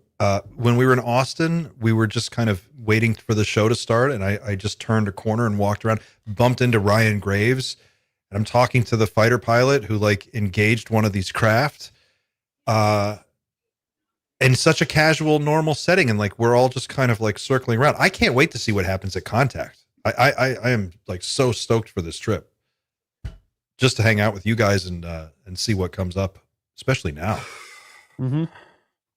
I think that based on the conversation right now, something that I do want to mention is that, and for some reason I feel compelled to mention it, is that people who have also had like near-death experiences are in some way also connected to all of this. And I'm telling you, as somebody who had one, there's a lot of things that I don't know about what happened to me, but I do also feel this compelling urge to talk about this and to do what I'm doing. And I think that is also connected somehow, but I still don't know how. Yeah, I totally agree with you, Pavel. When you mentioned that you had that experience, I was not surprised at all. And there is some type of link to that. The same thing happened to me when I was a kid. I almost died. Yeah. And it turned out to be, from what I can tell, related to a UAP experience I had much later in life as an adult. There's absolutely something to that, and I'm really glad you brought it up. So thanks. Yeah. I think we're almost at 3 hours, guys. We should probably go ahead and wrap it here. But is there anything else before we call it a day? Come say bye. Should we add some doom? I don't know. Doom? If you want to add some doom, and we're talking about alien intention and stuff, I'm not going to go further into this. It's something that people need to look up and make their own decisions on, or watch the next episode of the Dreamland Motel, which is coming in a quarter of an hour from now. Look up the Libet experiment. The Libet experiment. How do you spell it? Libet. Oh, that easy. Okay. It terrified the fuck out of me. Ooh. We should leave it there. The implications of which were terrifying. When it comes to ufology, it's terrifying. Oh, what's the basic, Clint? What's the basic sitch here? The basic sitch. I'm trying to read it right now. I'm just like, do you think you make your own choices? Like fate? Dan, do you think you choose to make any decision? Yeah. You probably don't. Fuck you, dude. Yes, I do. Don't be a dick. We'll leave it there. So there. funny. oh, wow. It's like the Kierkegaardian sort of dilemma, right? Whether everything is preordained or I think you should. Yeah, the I chat is it. going nuts right now. I just read it. Yeah, it's a good cool one. I guess it depends on where you localize me. Where do you think you actually are? That's the trick, right? Who knows? Who is I? Man? I think everyone should just spend some time looking at the Libet experiment and we'll leave it there. Have some fun. Have a good weekend. I love you all. About that. But before we bail, I want to say just thank you to everyone who hung out with us today. If you are playing the home game and watching on one of the many channels, I know we're streaming on X. We're on Pavel's channel. We're on Pavel's X channel as well. So wherever you're watching, thank you for being here and for being a part of this conversation. It's something that we all think is extremely important. I know you guys do too. We're trying our best to make sense of it in a very complicated time where there are lots of moving parts and it can feel very chaotic from time to time. So it's helpful to get together every week and do this little chat sesh with you guys. If you want to help us out and support the show, you can leave a comment, or you can like the video, or you can subscribe. You can also go to teamnightshift.com. You can check out some of our cool merch at teamnightshift.com. And I have to say a huge thank you to our patrons, and especially our Special Projects Division, which is a new Patreon tier that I just launched to give people back some access behind the scenes to some of the secret special projects that we're working on. If you're interested in that, you can find the link to that as well on teamnightshift.com. So thanks for watching, everybody. Thanks to our panel for hanging out, and we'll see you again next week. Until then, take care of yourselves and each other, and keep looking up.